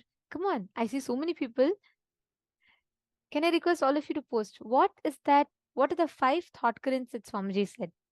I know people are like, oh my God. I remember, but I don't know the 5 exact one. Whatever you remember, put it. Sumit Agarwalaya, come on.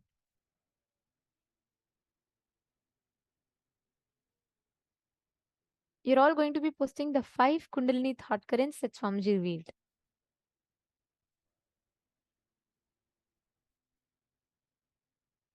Ma Jenny Tran, Ma Liang Shu, dear participants of Paramashivoham, come on, everyone post Ma Zolaine Lim, Ma Marian Cartons,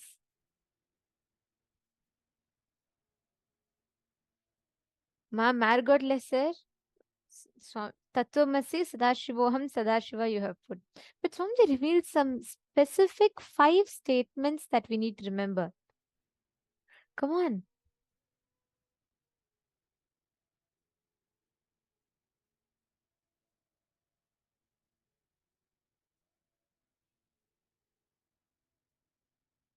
My Isabella has posted, I recognize that it is me, Sadashiva, who is feeling the ups and downs.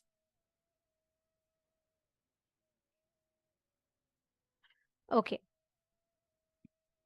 I'm going to be telling the exact 5 statements. See, Swamiji said one of the most powerful statements. These are the 5 Kundalini currents. First one, you are your intention to be. All your physical, physiological, psychological, neurological ups and downs are not you. Second, you are blissful eternally. The bliss chemistry in you is because you are Mahadeva, you are Paramashiva, that supreme consciousness. So the bliss chemistry in you cannot be affected by anything. You're only a stage in which the ups and downs happen, but the ups and downs will not touch you. Third, everything your life is made of is your very expression. The fourth one, you are the space in which all the ups and downs happen, but the ups and downs are not you. The fifth, and a very beautiful one, seeking is not an alternative lifestyle, but the native lifestyle to keep in the altar. This is just Swamiji's punch dialogue. Swamiji, the way Swamiji gives punches in satsangs are just too good. It just sticks to our brain like so strong, right? Okay, come on. Now, I request every one of you to type out these 5 Kundalini currents. Please type it out. See, these are all too powerful truths to miss. I request everyone to type and post in the chat. I'm projecting it so that you all can type it. Please type and post in the chat.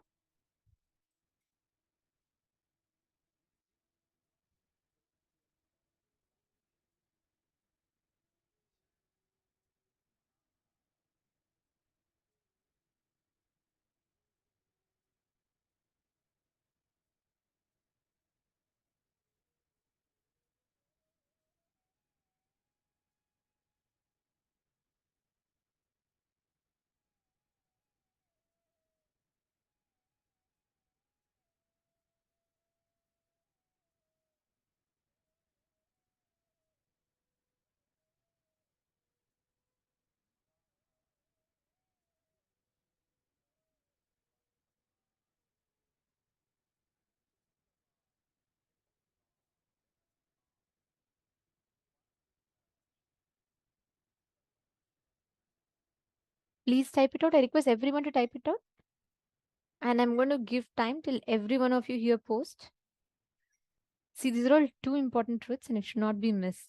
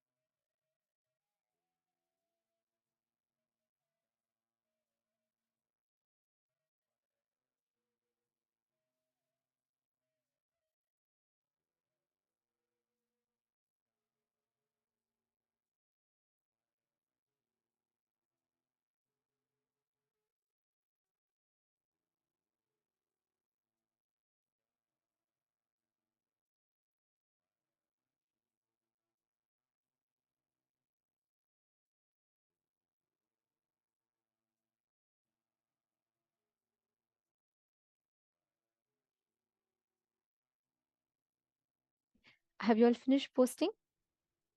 Have all of you finished posting? Let's see. I'm waiting for everyone to post.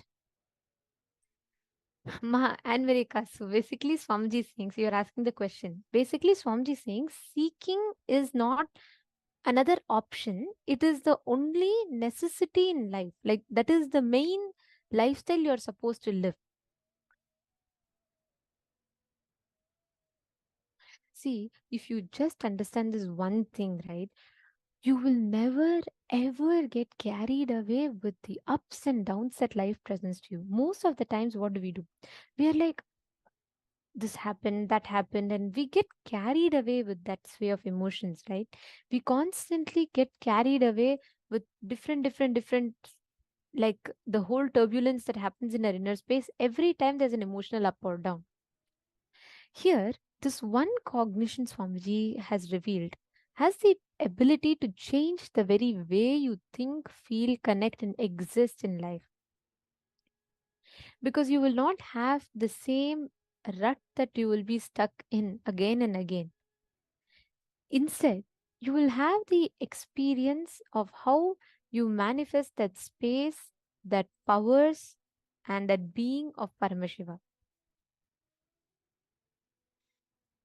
Many times, you all of us normally we associate ourselves only to the physiological psychological ups and downs. Let's say something bad happens, like you lose your money or someone leaves you. All this affects your very core of who you think what you are, what you think you are, your identity about you. And what that leads to is puts you in the space of incompletion, carries you away from your original existence as what you have built yourself to be. If you constantly build your identity, let that get so easily shaken by in physiological, psychological, neurological ups and downs. What is anger? It's only a hormonal up and down.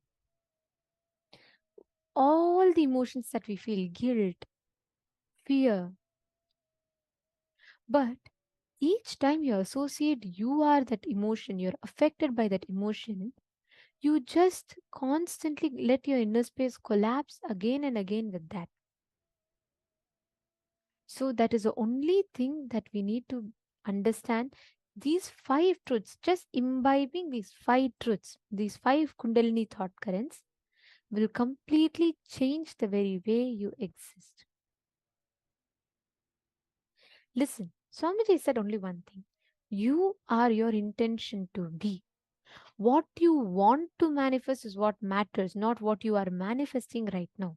Your intention is going to decide the next moment of your life, not your present moment, not your past. Your present, your current intention is what is going to manifest. Listen very carefully. You could have been till the last minute, till just before this 1 minute, you could have thought, oh, I think my life is just, I can just waste my life.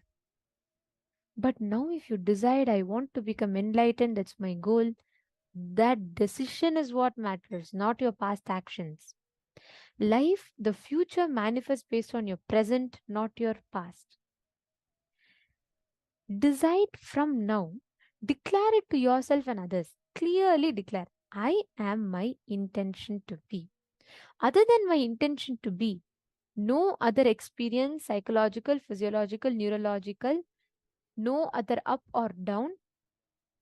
Whether I have a body, don't have a body, I have life, don't have a life, there is nothing. Life is neither a blessing or life is neither a curse. This Paramashiva in me cannot get affected by any up or down that life presents. I request every one of you consciously make this as an intention.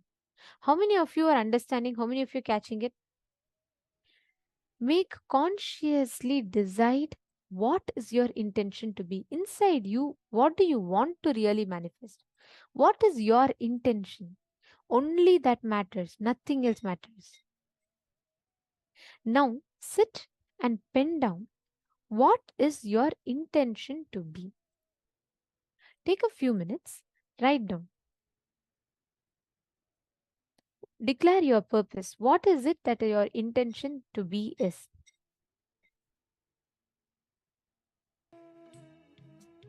Declare that as your purpose. It could be anything. Like sometimes you will feel my intention is to just enrich the whole world, or my intention is to just contribute something, or my intention is to build a temple. It could be anything. Whatever is your intention, write it down.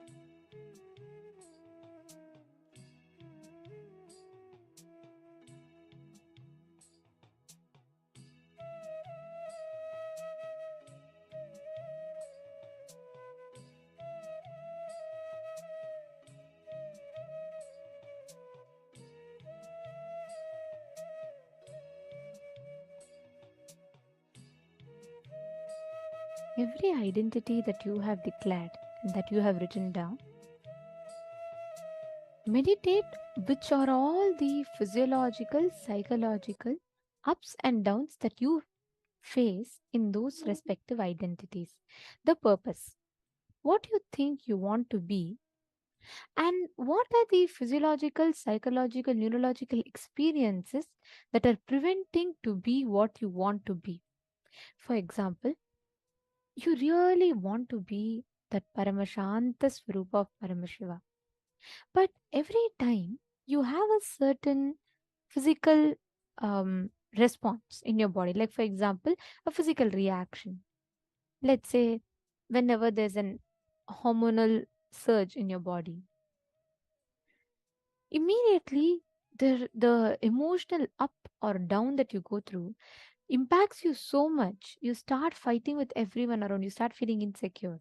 Look into that. Identify what are all those ups and downs. It could be anything. See, it's not always physical. Sometimes it could even be people. Sometimes it could be situations. Sometimes it could be just the very way you think. So, whatever is that up or down that is happening, just pen that down. I request every one of you to write this. What are the ups and downs? Write it down and meditate on that and see how you are going to replace.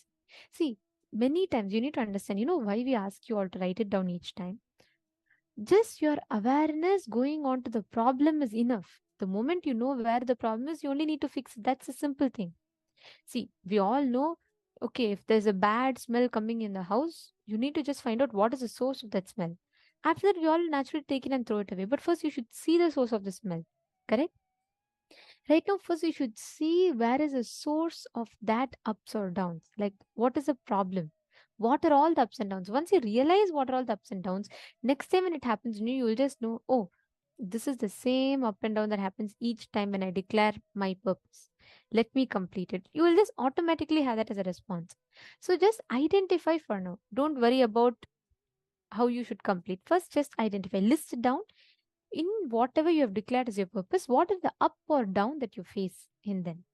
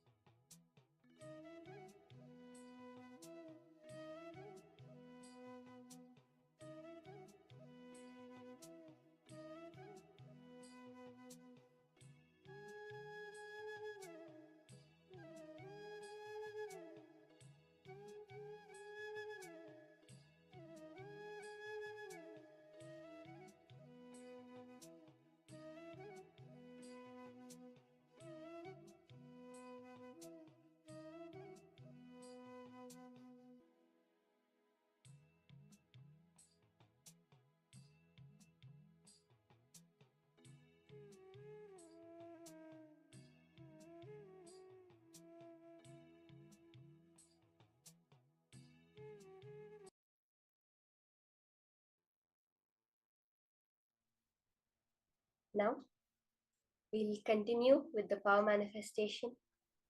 All the incompletions that you've written down, all these, whatever completion that happens, automatically manifests as power manifestation.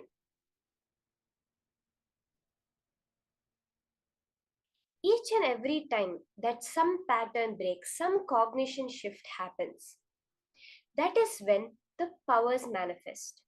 See, we have to understand our nature, by our nature, the very source, like when you're born, the way you are, is manifesting powers.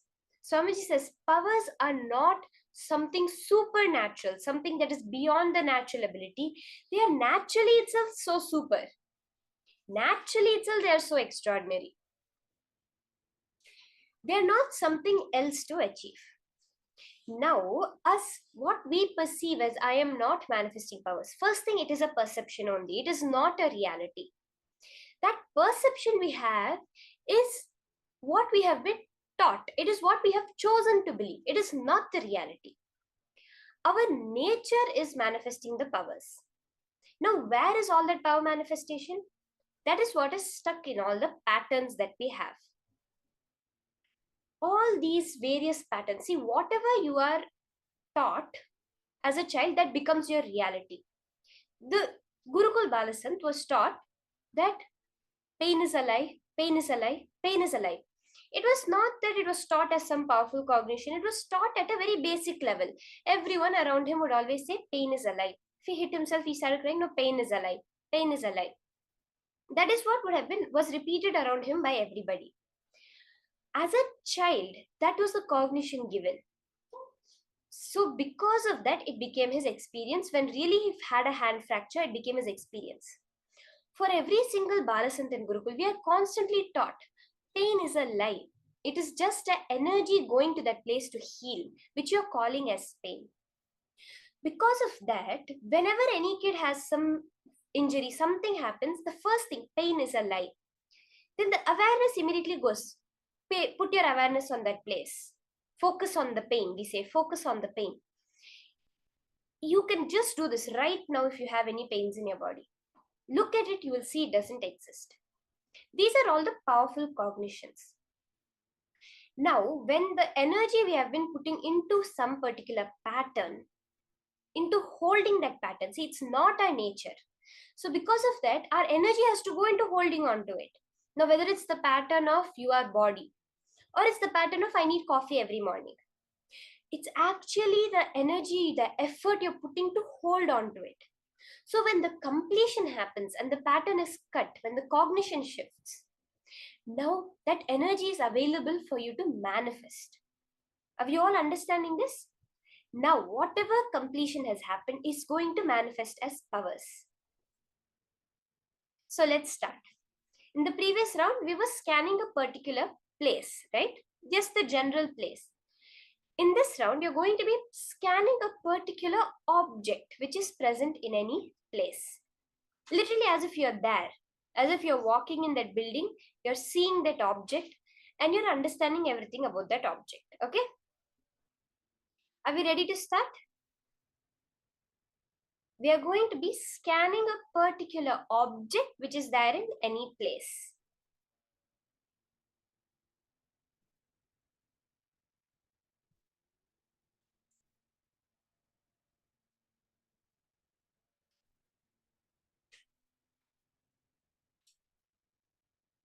Let's all start. Connect to a partner.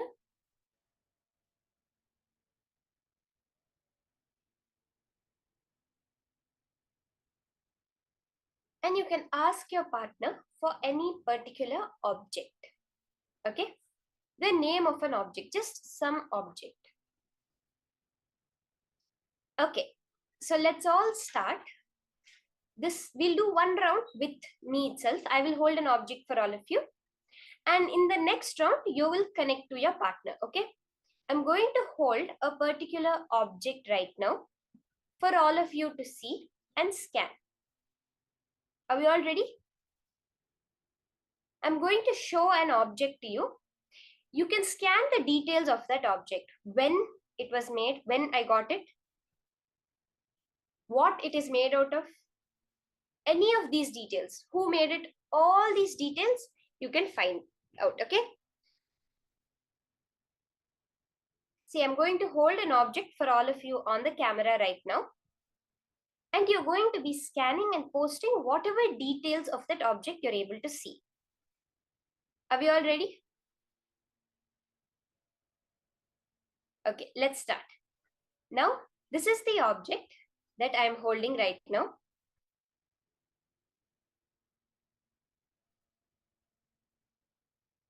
This is the object.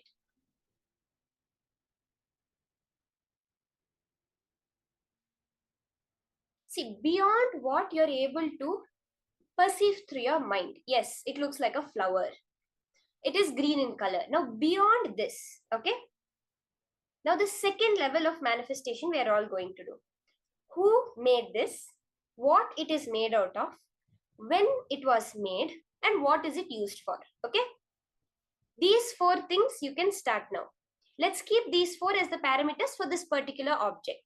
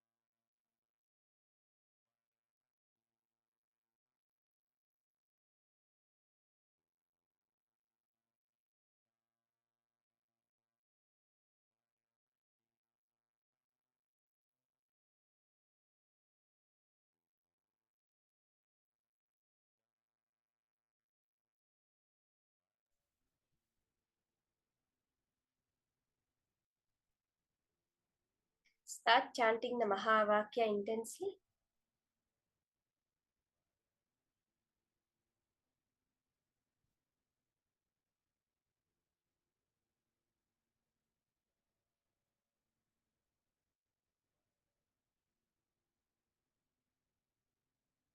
And whatever is appearing in your third eye, you can immediately start posting.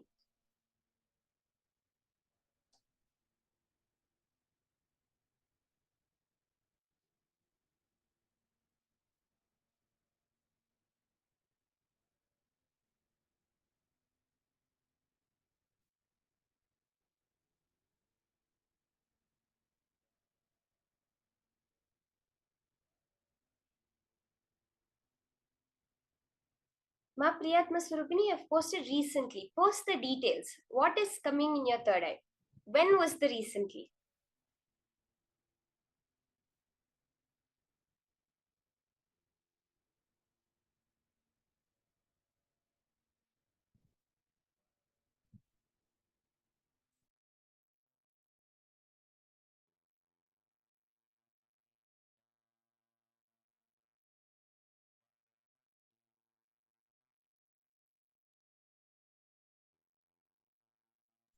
Also, you can scan what is the material out of which it is made.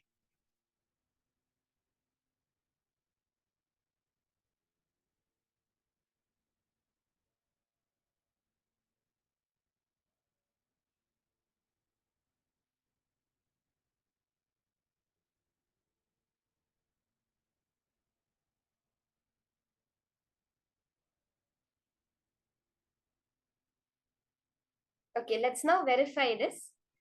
So if there's anyone left to post, you can post in the chat.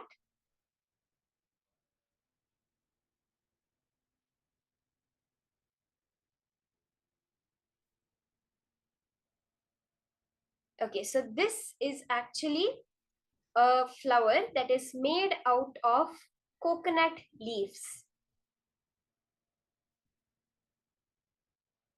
This is made out of coconut leaves, okay? Out of a coconut leaf. It was made yesterday.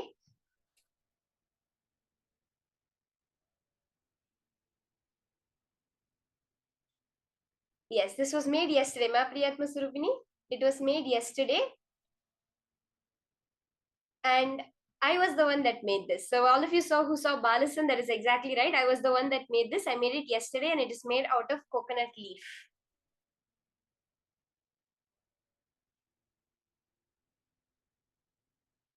Okay, so now let's do one more round. I saw not many people were posting, okay? We're going to do one more round, this time a little bit differently. I will just tell you the object. You're going to find out where the object is kept, okay? So I'll tell you the name of an object, a particular object, and you're going to find out where exactly the object is kept, okay? Are we all ready for this?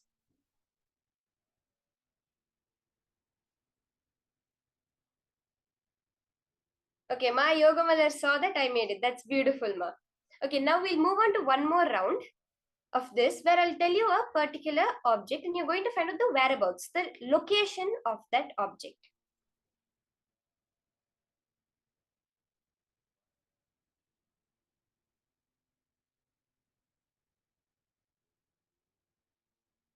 So the object that you're all going to be scanning now is my Atmalinga. Okay, where is my Atmalinga kept? How is it? Where is it kept? How does it look? What kind of a place is it? All of these details.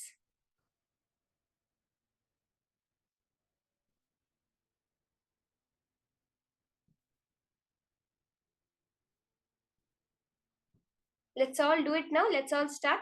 See, remember to chant the Mahavakya, connect to Swamiji. He will tell you where it is. The only thing you need to do is to drop any other thoughts that are coming in, to unclutch from those thoughts. Then your mind is free, your inner space is completely free for him to flow through you. So all of you now can scan, where is my Atmalinga kept currently? How does it look? What is the area around it? And all these details. At the end, I will describe it to all of you, okay?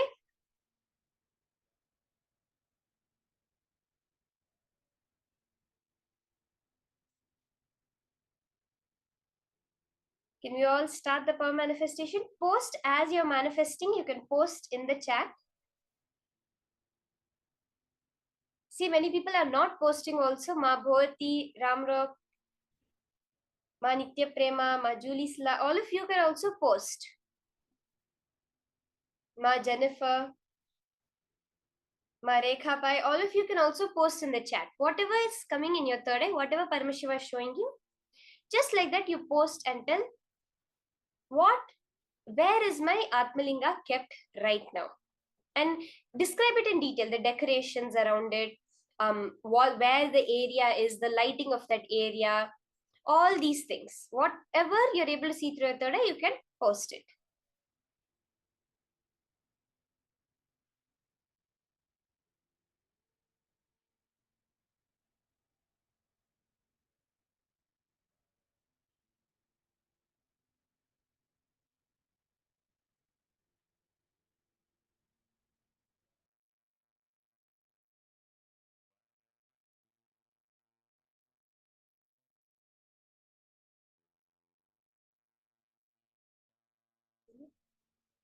Okay, let's have a few more minutes.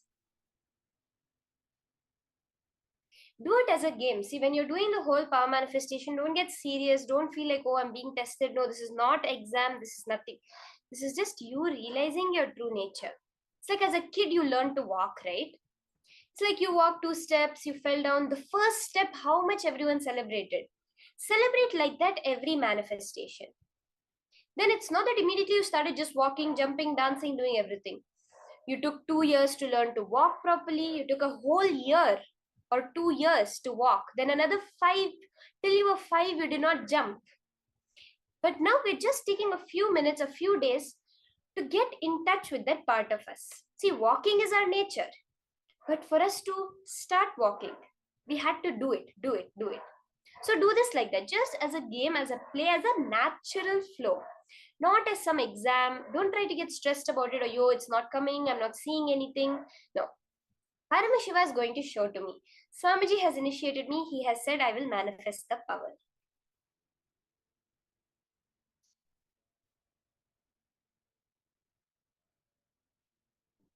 Wow, Ma Priyatma Surupini has scanned.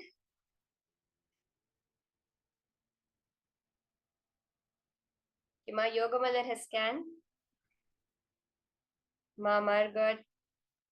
Anyone left? You can post in the chat, then I'll verify. Okay, Ma Joyce Leong has scanned.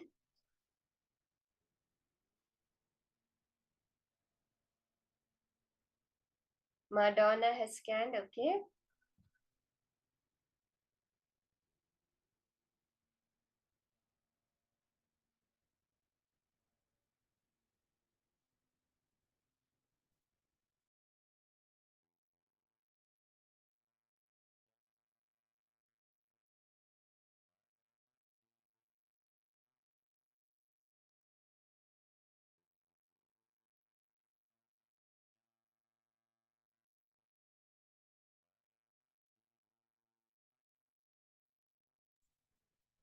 Okay, let's verify now. If there's anyone left to put, you can quickly post.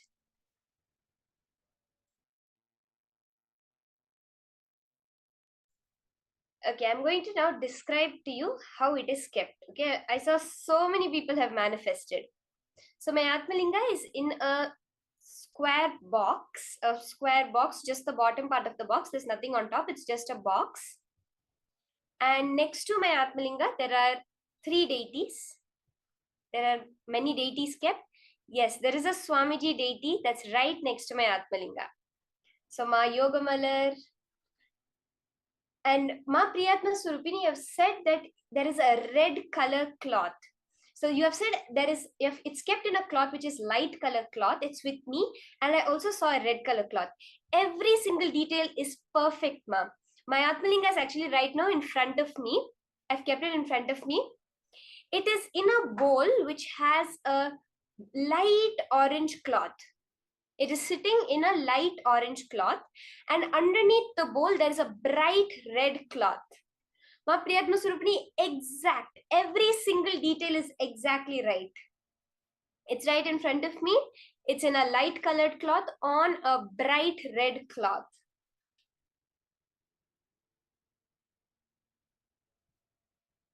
Yes. Priyatma Surupini's awesome manifestation. It's like perfect. And I think someone saw necklace.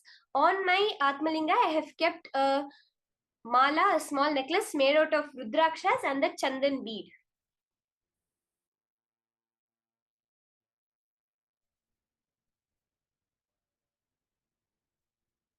So perfect. So many people have perfectly scanned it. This is the small box which I keep for keeping all my deities, and it's in a red color box. The box is also red color, and the cloth inside the box is also red color. My Atmalinga is seated inside that. Okay, I'll try to show it in the camera for all of us to see. Ma Yogamalar, you're asking? Yes.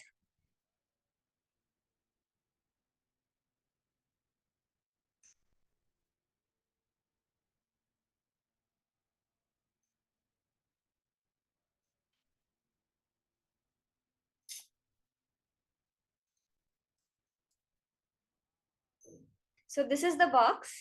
I hope you can all see it. You can see Swamiji's deity and my Atmalinga here.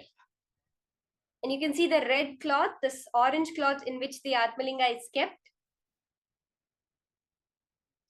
Ma Priyatma Surupini, you can see how perfect, exactly you manifested, Ma. So many people saw deity, Swamiji's Atma Murthy, deity. This is exactly so many people have manifested the whole thing. Okay, let's now take a very few minutes and quickly manifest it with a partner. Okay, let's take a few seconds and we're going to connect to a partner and exactly like this manifest it. Ask them to give you an object and you're going to scan where the object is, how the place around the object is kept. Okay,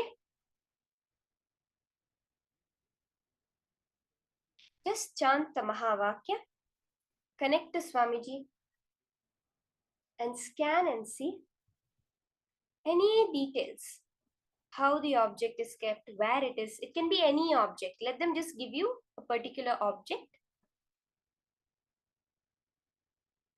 You can all partner up in the room, connect to a partner.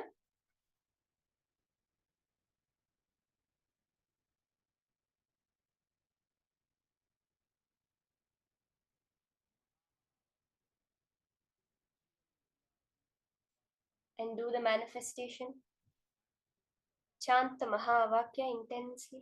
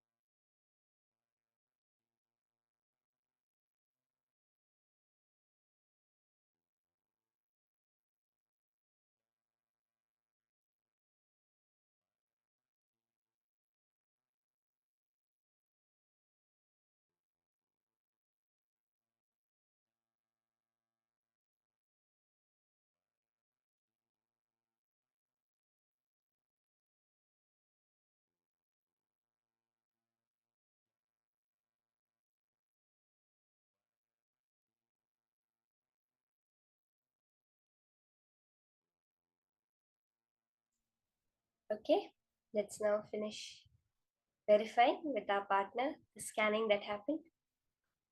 Such a beautiful space, so many people manifesting, seeing it. Let's go in the same space and continue the manifestation. In the next session, we're going to be entering into understanding higher truths about bhakti, which is the ultimate ecstasy. Understanding that, knowing as your cognition that Paramashiva really exists. He's there and he's waiting for you to connect to him. That is what is bhakti. Even when I worship him, I am him. Let us now hear these higher powerful cognitions from Swamiji himself.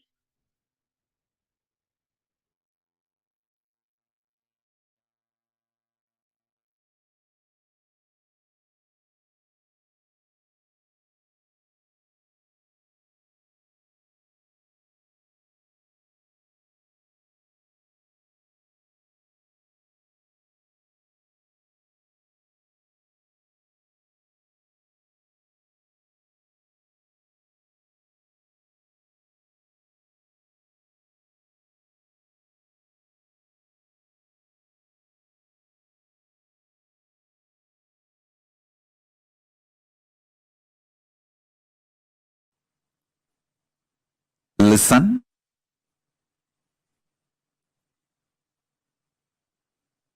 Greatest that can happen to human being is this conscious reality becoming the existence, part of your existence. Listen. This conscious reality can be part of your existence if you have a direct feeling connection, Guru Bhakti. It can just like a jumping of the flame, transmission of the lamp. Hey, Paramashiva is real. Over. You just know. Swamiji said it. Paramashiva is real. Paramashiva is real. And based on that, your whole cognitive shift happens. Your existence shifts.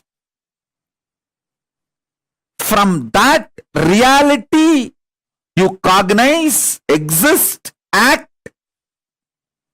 manifest, gravitate, do everything.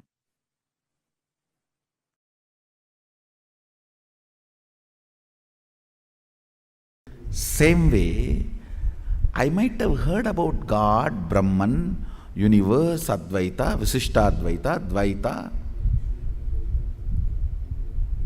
all powerful, omnipotent, omnipresent, Akanda Paripurana Satchidananda, all big words, Niramaya Nirguna, Sutta, Sugamaya, Sugabodha. I might have heard about all those big theories, concepts, words, inputs, visualizations, fantasies about God, ultimate, everything. But finally, I realized it through my Guru. This gratitude is called Guru Bhakti. Understand, that makes Manada Sri Jagannatho, Madguru Sri Jagadguru. This clarity with Arunagiri Yogeshwara has settled inside me. Understand? For me, he is the symbol of ultimate everything I heard, I saw, I imagined, every imagination I can have about God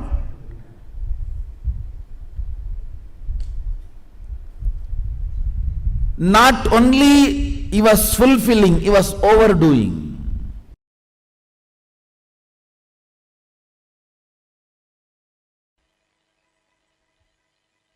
All disciples of Ramana Maharshi again and again pressed him, please talk about the Aksharamana Mala you wrote. He wrote a beautiful song, the marital garland of letters, Aksharamana Mala on Shiva, on Prema Bhakti, on Mathura Bhava. Again and again, people are pestering him, please give meaning for it. You explain.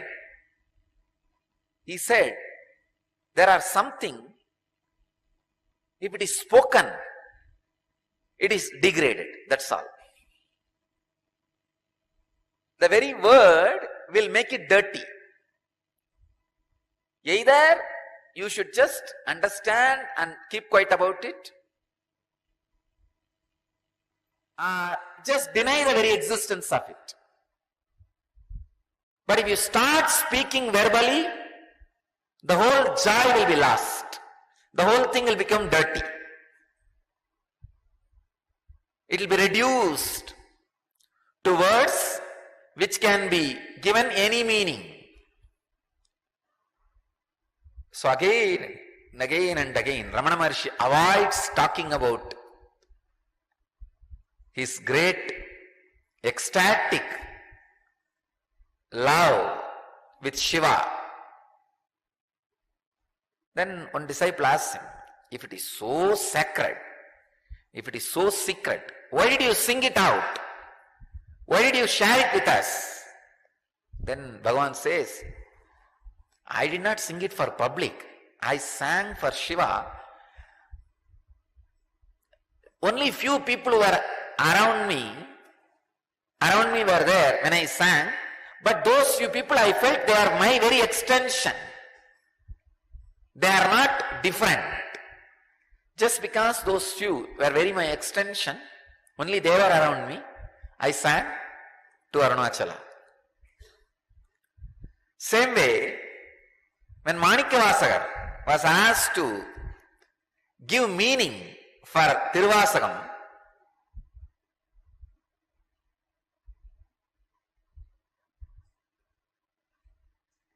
he just smiled and showed Nadaraja, just climbed those steps of the Garbhamandir of Chidambaram Nadaraja and disappeared into Nadaraja.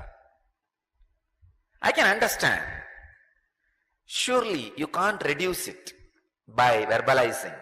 It's too much, too sacred. Even I cannot verbalize exactly what is the great ecstatic Prema Bhakti. Maybe I can inspire you all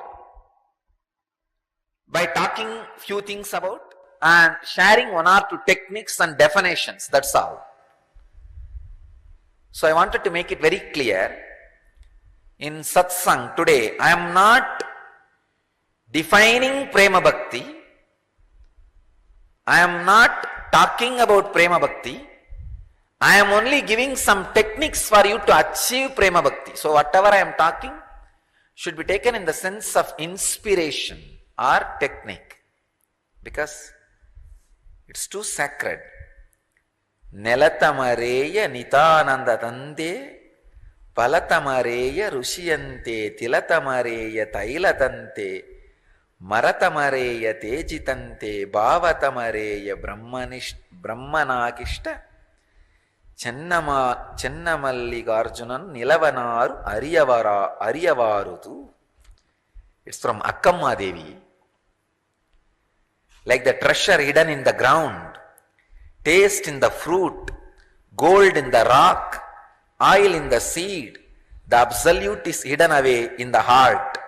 No one can know the ways of Chennamalligarjuna. Akkamma Devi, one of the great Prema Bhakta, lived like a child in ecstasy. She sings, it is hidden so deeply. You can't sing about it. You can't tell about it. That's the truth. Manikya very beautifully says, Karandabal kannalodu neigalandar bola, Sirandadiyar sindanayul tenuri nindru.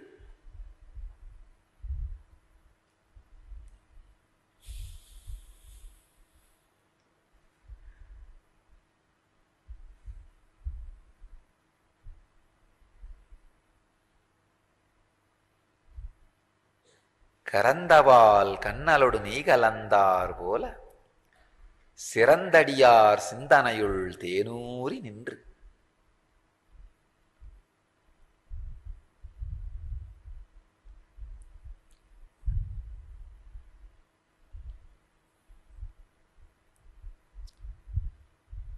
Ramakrishna says, if you go to a feast, before the food was served, there will be a lot of talking. When the food is served, the noise will come down. You will hear only the noise of asking, hey, one more vada, one more laddu, a little more rice. Only those few words will be heard. But after a few minutes, even that will not be heard. Ramakrishna says very beautifully, only the sound, chop, chop, chop. Of food being tasted in the mouth, or the sound of the curd in the leaf plate, only that will be heard. I can say, these great sacred sentiments, they are neither the noise of gossip, nor the noise of get the laddu, get the jaggery, get the vada. No. It is the noise of chup, chup, chup. Akkamma Devi has nothing to tell, but she has something to sing. It is too much. See, if you are too much in stress, you may not want to tell anything to anybody to show that you are weak or stressed, but your face will show, you will do something like that sometime. Oh God. Your face will show it. Same way, Akkamma Devi doesn't want to tell anything. She can't. It's too much. But same way she can't keep quiet. It is too much inside. She is just singing. She has nothing to tell, but lot to sing. That is why she is singing. Nelatamareya nitanatante, palatamareya ruchiyante, tilatamareya tailatante, maratamareya tejitante, bhavatamareya brahmanakishta, Channamallikarjunanu nilavanaru ariyavarudu. Like the treasure hidden in the ground, taste in the fruit, gold in the rock, oil in the seed, the absolute is hidden away in the heart. No one can know the ways of Channamallikarjuna. She is not telling anything in this, no meaning. Final conclusion of this whole statement is, the ultimate is hidden in your heart. Nothing can be told. Tell that in 2 words. Why do you need a big poem?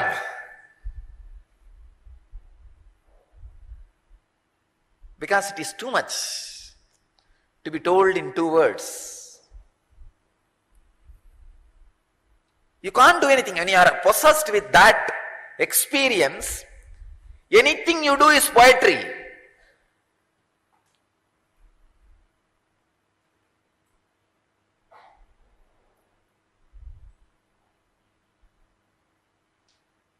Andal, every day she will wear the garland which is made for Krishna, Vishnu. One day the father, of course, who brought her up, We don't know who is the physical father or the biological father. We only know somebody who brought her up. Periyalvar. So he caught her. Then all of you may be knowing the story that he made a new garland and took it to Vishnu, and Vishnu doesn't want to wear, and it fell again and again, and he asked, get me the garland worn by her. Then he realizes her glory, and somebody asks her, what do you mean by wearing the garland for Krishna? She says very beautifully, no, I am wearing it for his pleasure. I am beautifying my body because he is going to see me. He is going to enjoy me. He is going to experience me. No more independent identity. Even the body is offered to him, Krishna. Krishna Prasada or Nevedya kept for Sri Krishna.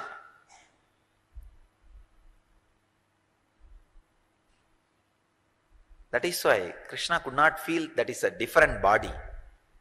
He said, let me wear the garland, put on her body. Achalamurti and Sachalamurti. The statue was Achalamurti and Andal was Sachalamurti.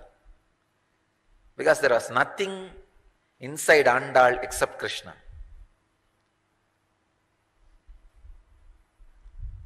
Dressing up because Krishna will see me. This belongs to him. So Akkamma Devi has nothing to tell, but she has to tell something. So that she expresses her extraordinary ecstasy. When you are in bhakti, you don't possess bhakti, bhakti possesses you. It's not like one more thing, you will have it in your house. Oh, these objects. I have bhakti also. No. Bhakti will own you. You can't own bhakti. As long as you own bhakti, it is not bhakti. It's managed bhakti.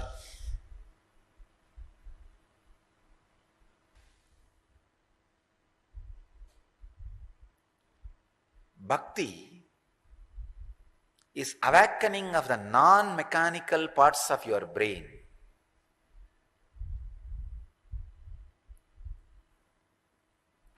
Till the end, neither I nor somebody can explain to you the meaning of Sirandadiyar Sindanayul Tenuri Nindru. No. I can give you the translation, but I can't give you the meaning. Translation says, in the heart of the devotees, you ooze out like a honey. What do you understand? You understand the word honey? Heart of the devotees, oozing out. And you try to fix all that and create a visualization. There is a heart. And like pus usually oozes out in the wound, from the wound. The honey oozes out from the heart. If really honey oozes out from the heart, what do you need? You need a bypass surgery. Or open heart surgery. How will you describe? How will you explain? It is only the ecstasy which can sing. For Prema Bhakti, explanation is not possible. Only experience is possible. Maybe.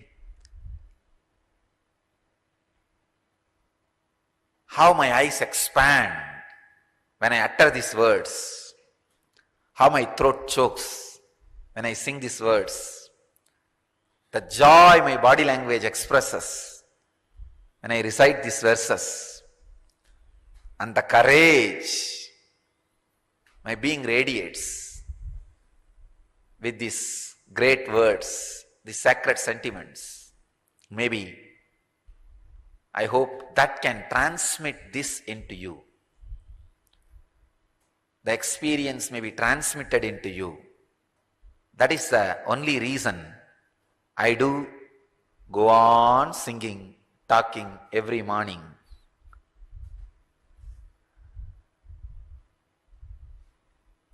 Otherwise, there is no other way, there is no other reason why so many words should be used to sing about something which can never be sung, to explain about something which can never be explained.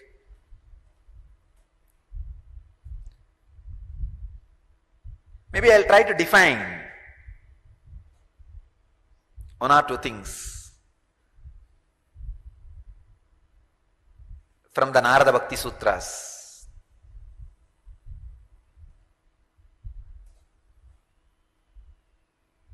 I have read thousands of books in at least 3-4 languages which I can read and understand. Only one book in my experience does not talk about the subject at all about which the book is supposed to talk. If it is Yoga Sutra, it talks completely about yoga. If it is Brahma Sutra, it talks completely about Brahma. There is one book does not talk about the subject which is supposed to be talking, which that book is supposed to be talking. That is Narada Bhakti Sutras. The title is Bhakti Sutras, but till the end Narada is not able to touch 1 inch of bhakti. He goes on beating around the bush because the bush itself can't be beaten.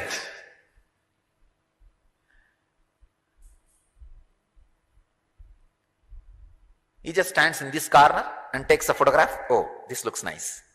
And jumps that corner and takes one more snap. Oh, this looks nice. But till the end, he is not able to create a portrait of the person. Understand? No one can create a portrait of bhakti. You may take different snaps from different corners and say that this is the most authentic snap, photograph. No. Here is a one snap from one corner from Narada's Bhakti Sutras. Naradastu tatarpata kilacharat tatvismarane paramavya kulateti. The essential characteristics of bhakti are the consecration of all activities by complete self-surrender to Him, an extreme anguish if He were to be forgotten. Oh God!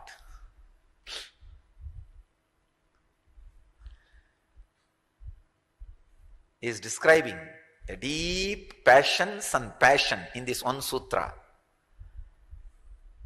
Self-surrender, an extreme anguish if He were to be forgotten.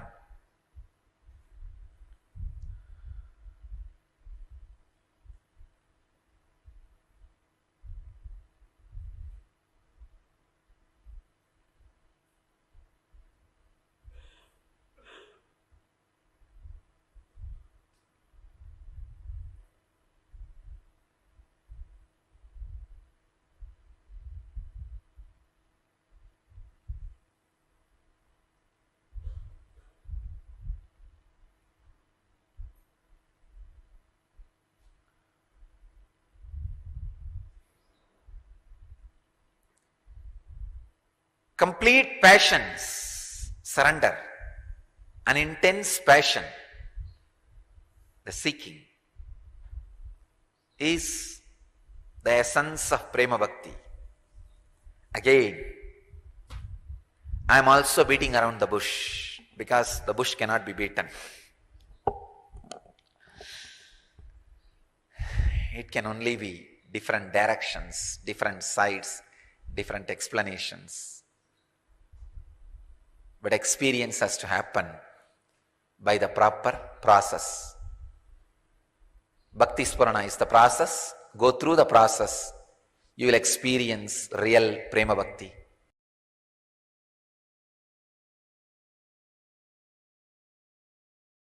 Essence of teachings I learnt from my Guru, Arunagiri Yogeshwara.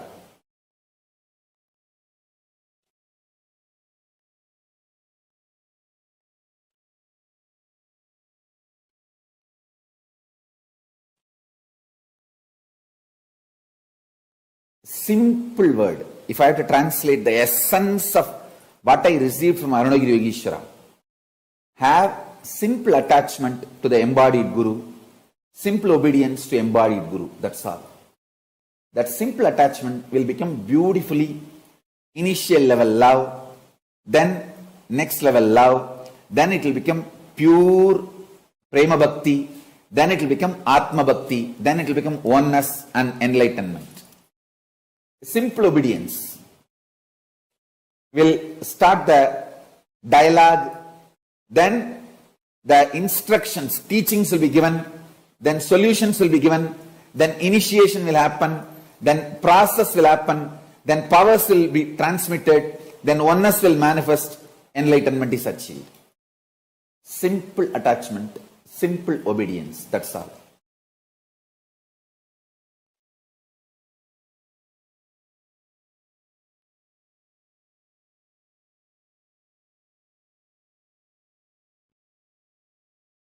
All teachings, Guru Tattva, essence to be imbibed, all this ultimate truth, everything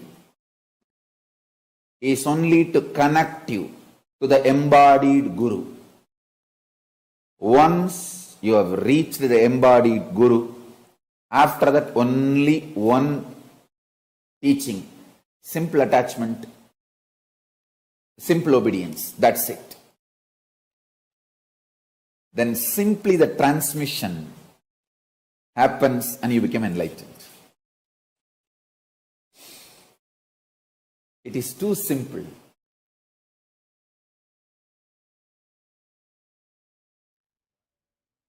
Bhakti can never be explained. You can never explain. You can only beat around the bush. You can only experience. Swamiji so beautifully conveyed the essence of the whole session. With that one example of Manika Vasagar, Swamiji gives so many examples, but that one example of Manika Vasagar really said it all.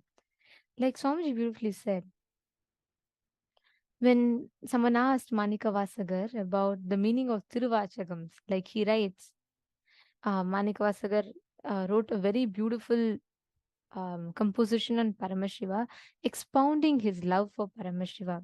He writes Todudaya Seviyan, and it's a very beautiful verses describing Paramashiva.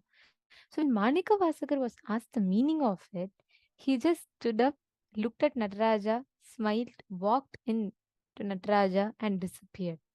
That is the only meaning that can be given.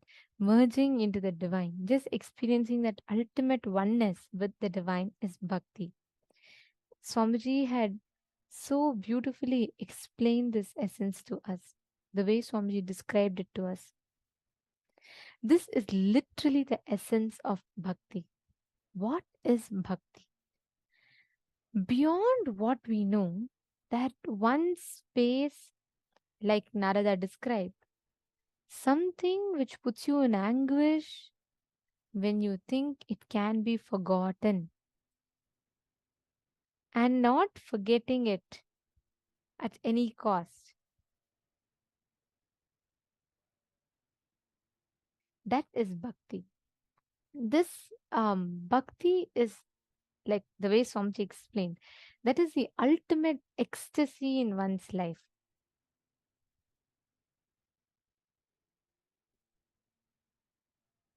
And just that one part of us which experiences that bliss, that joy, whatever we call it, right? That space. The moment you connect, the moment you experience Paramashiva manifesting in his Paramashanta and manifesting in that ultimate space of oneness, that space, that beautiful space is what is bhakti. The space where you prepare inside of you for Paramashiva to manifest through you is bhakti. And that is what all of us listened to just now directly from Swamiji himself.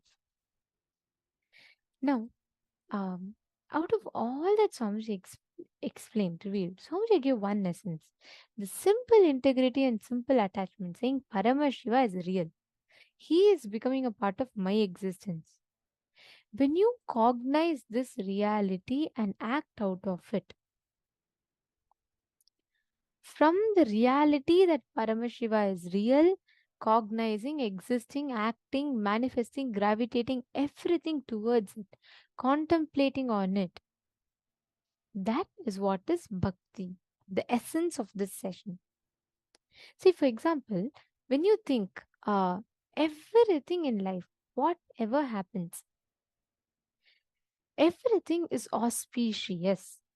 When you celebrate that space, you will be so complete. Even the most so called wrong things will not be wrong to you. There's a very beautiful story that Swamiji tells. Once a rishi, he goes to the village, okay, and a great sadhu, and goes to the village and he heals a few people, and the villagers also start loving him a lot. So they give him a house, they give him a nice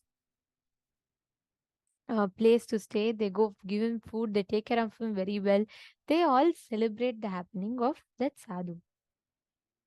And one day, all the birds of that village flew away. The villagers were startled. They were like, "Why is this happening?" And the rains completely stopped. It's drying up. They were concerned. So they all went to the rishi and they asked, "See, this is what happened." First, rishi said that sadhu. He said, "Don't worry. Everything that happens is auspicious. This also has happened for a reason. It is right." The villagers were startled. They were like, "How is this okay? Like all the birds flew away. We don't have birds anymore." But he's saying it's okay. How is it possible? But, anyways, they respected him, so they left it. Second time, the next day, one fine day, again, all the dogs and cats in the city went away. Now the villagers were startled. They were like, "How come all our cats and dogs disappeared?" Again, they go back to the rishi and they tell him, "See, this is the situation," and all of them have disappeared again. Again, the rishi looks at him and tells, "Don't worry, nothing like that. It's all taken care." By now, these villagers get very irritated. They're like, "No, it's not right. How can this happen?" But, anyways, they go off.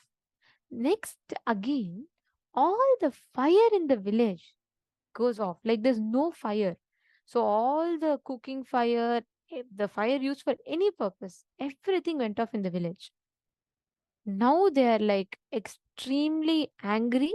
They go to the rishi and they start fighting. They say, "You are the reason."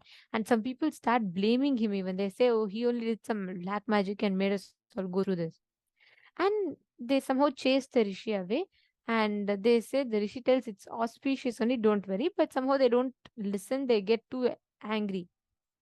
Next day, a huge swarm of invaders come inside. And there's all the villagers are shocked. They're all petrified. And they're all hiding here and there. And they start observing what is happening. So these invaders who come, they look at this village from afar, and one of the man asks, "Sir, should we invade this village?" This guy says, "No." He looks at the village and he says, "This village has no birds that chirps and gives life. This village has no dogs or cats that protects. This village has no fire in any house. It looks like absolutely a dead village. It looks like nobody is there and there's no point of us going and invading that village. Let us carry on." And they all go off.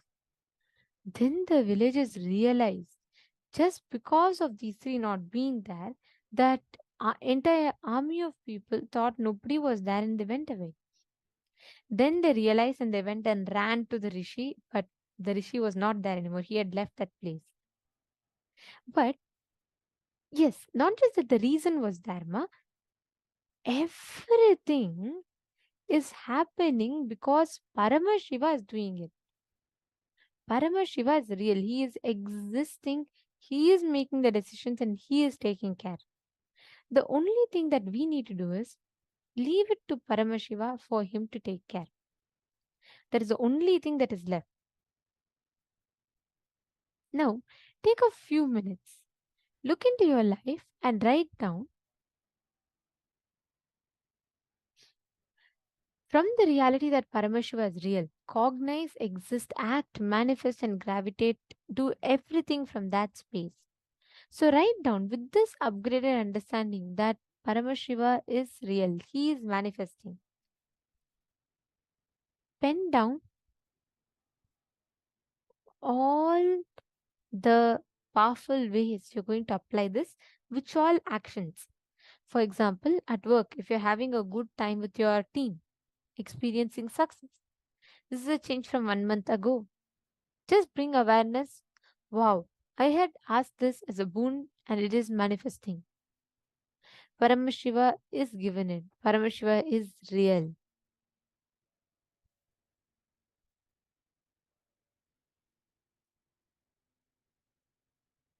Pen down.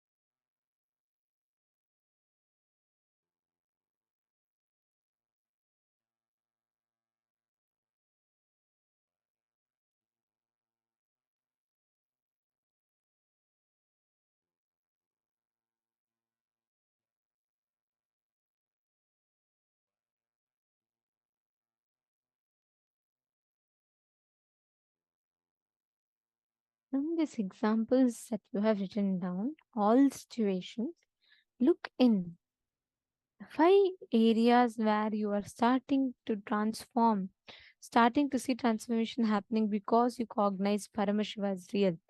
Just write down. Wherever you saw the 5 places where just by declaring Paramashiva as real, you experienced a success or a transformation there.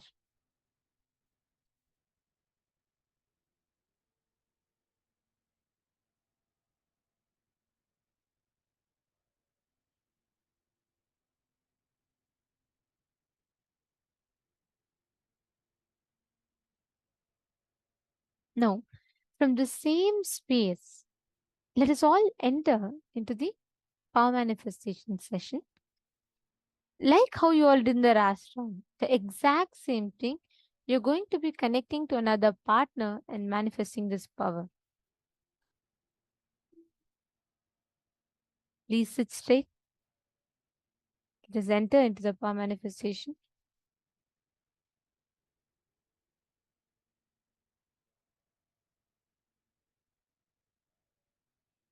Connect to any partner of your choice. Ask them to give you any object. They can say, okay, scan my ring, scan my picture, scan this dress. And you're going to be identifying any of that in their house, which place is it, and describing it to them.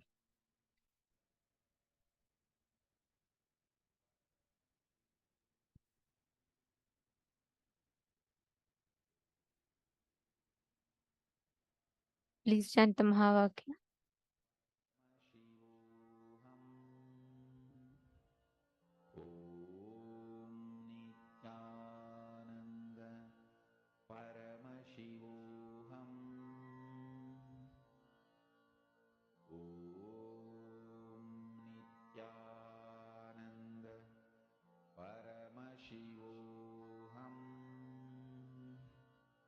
Om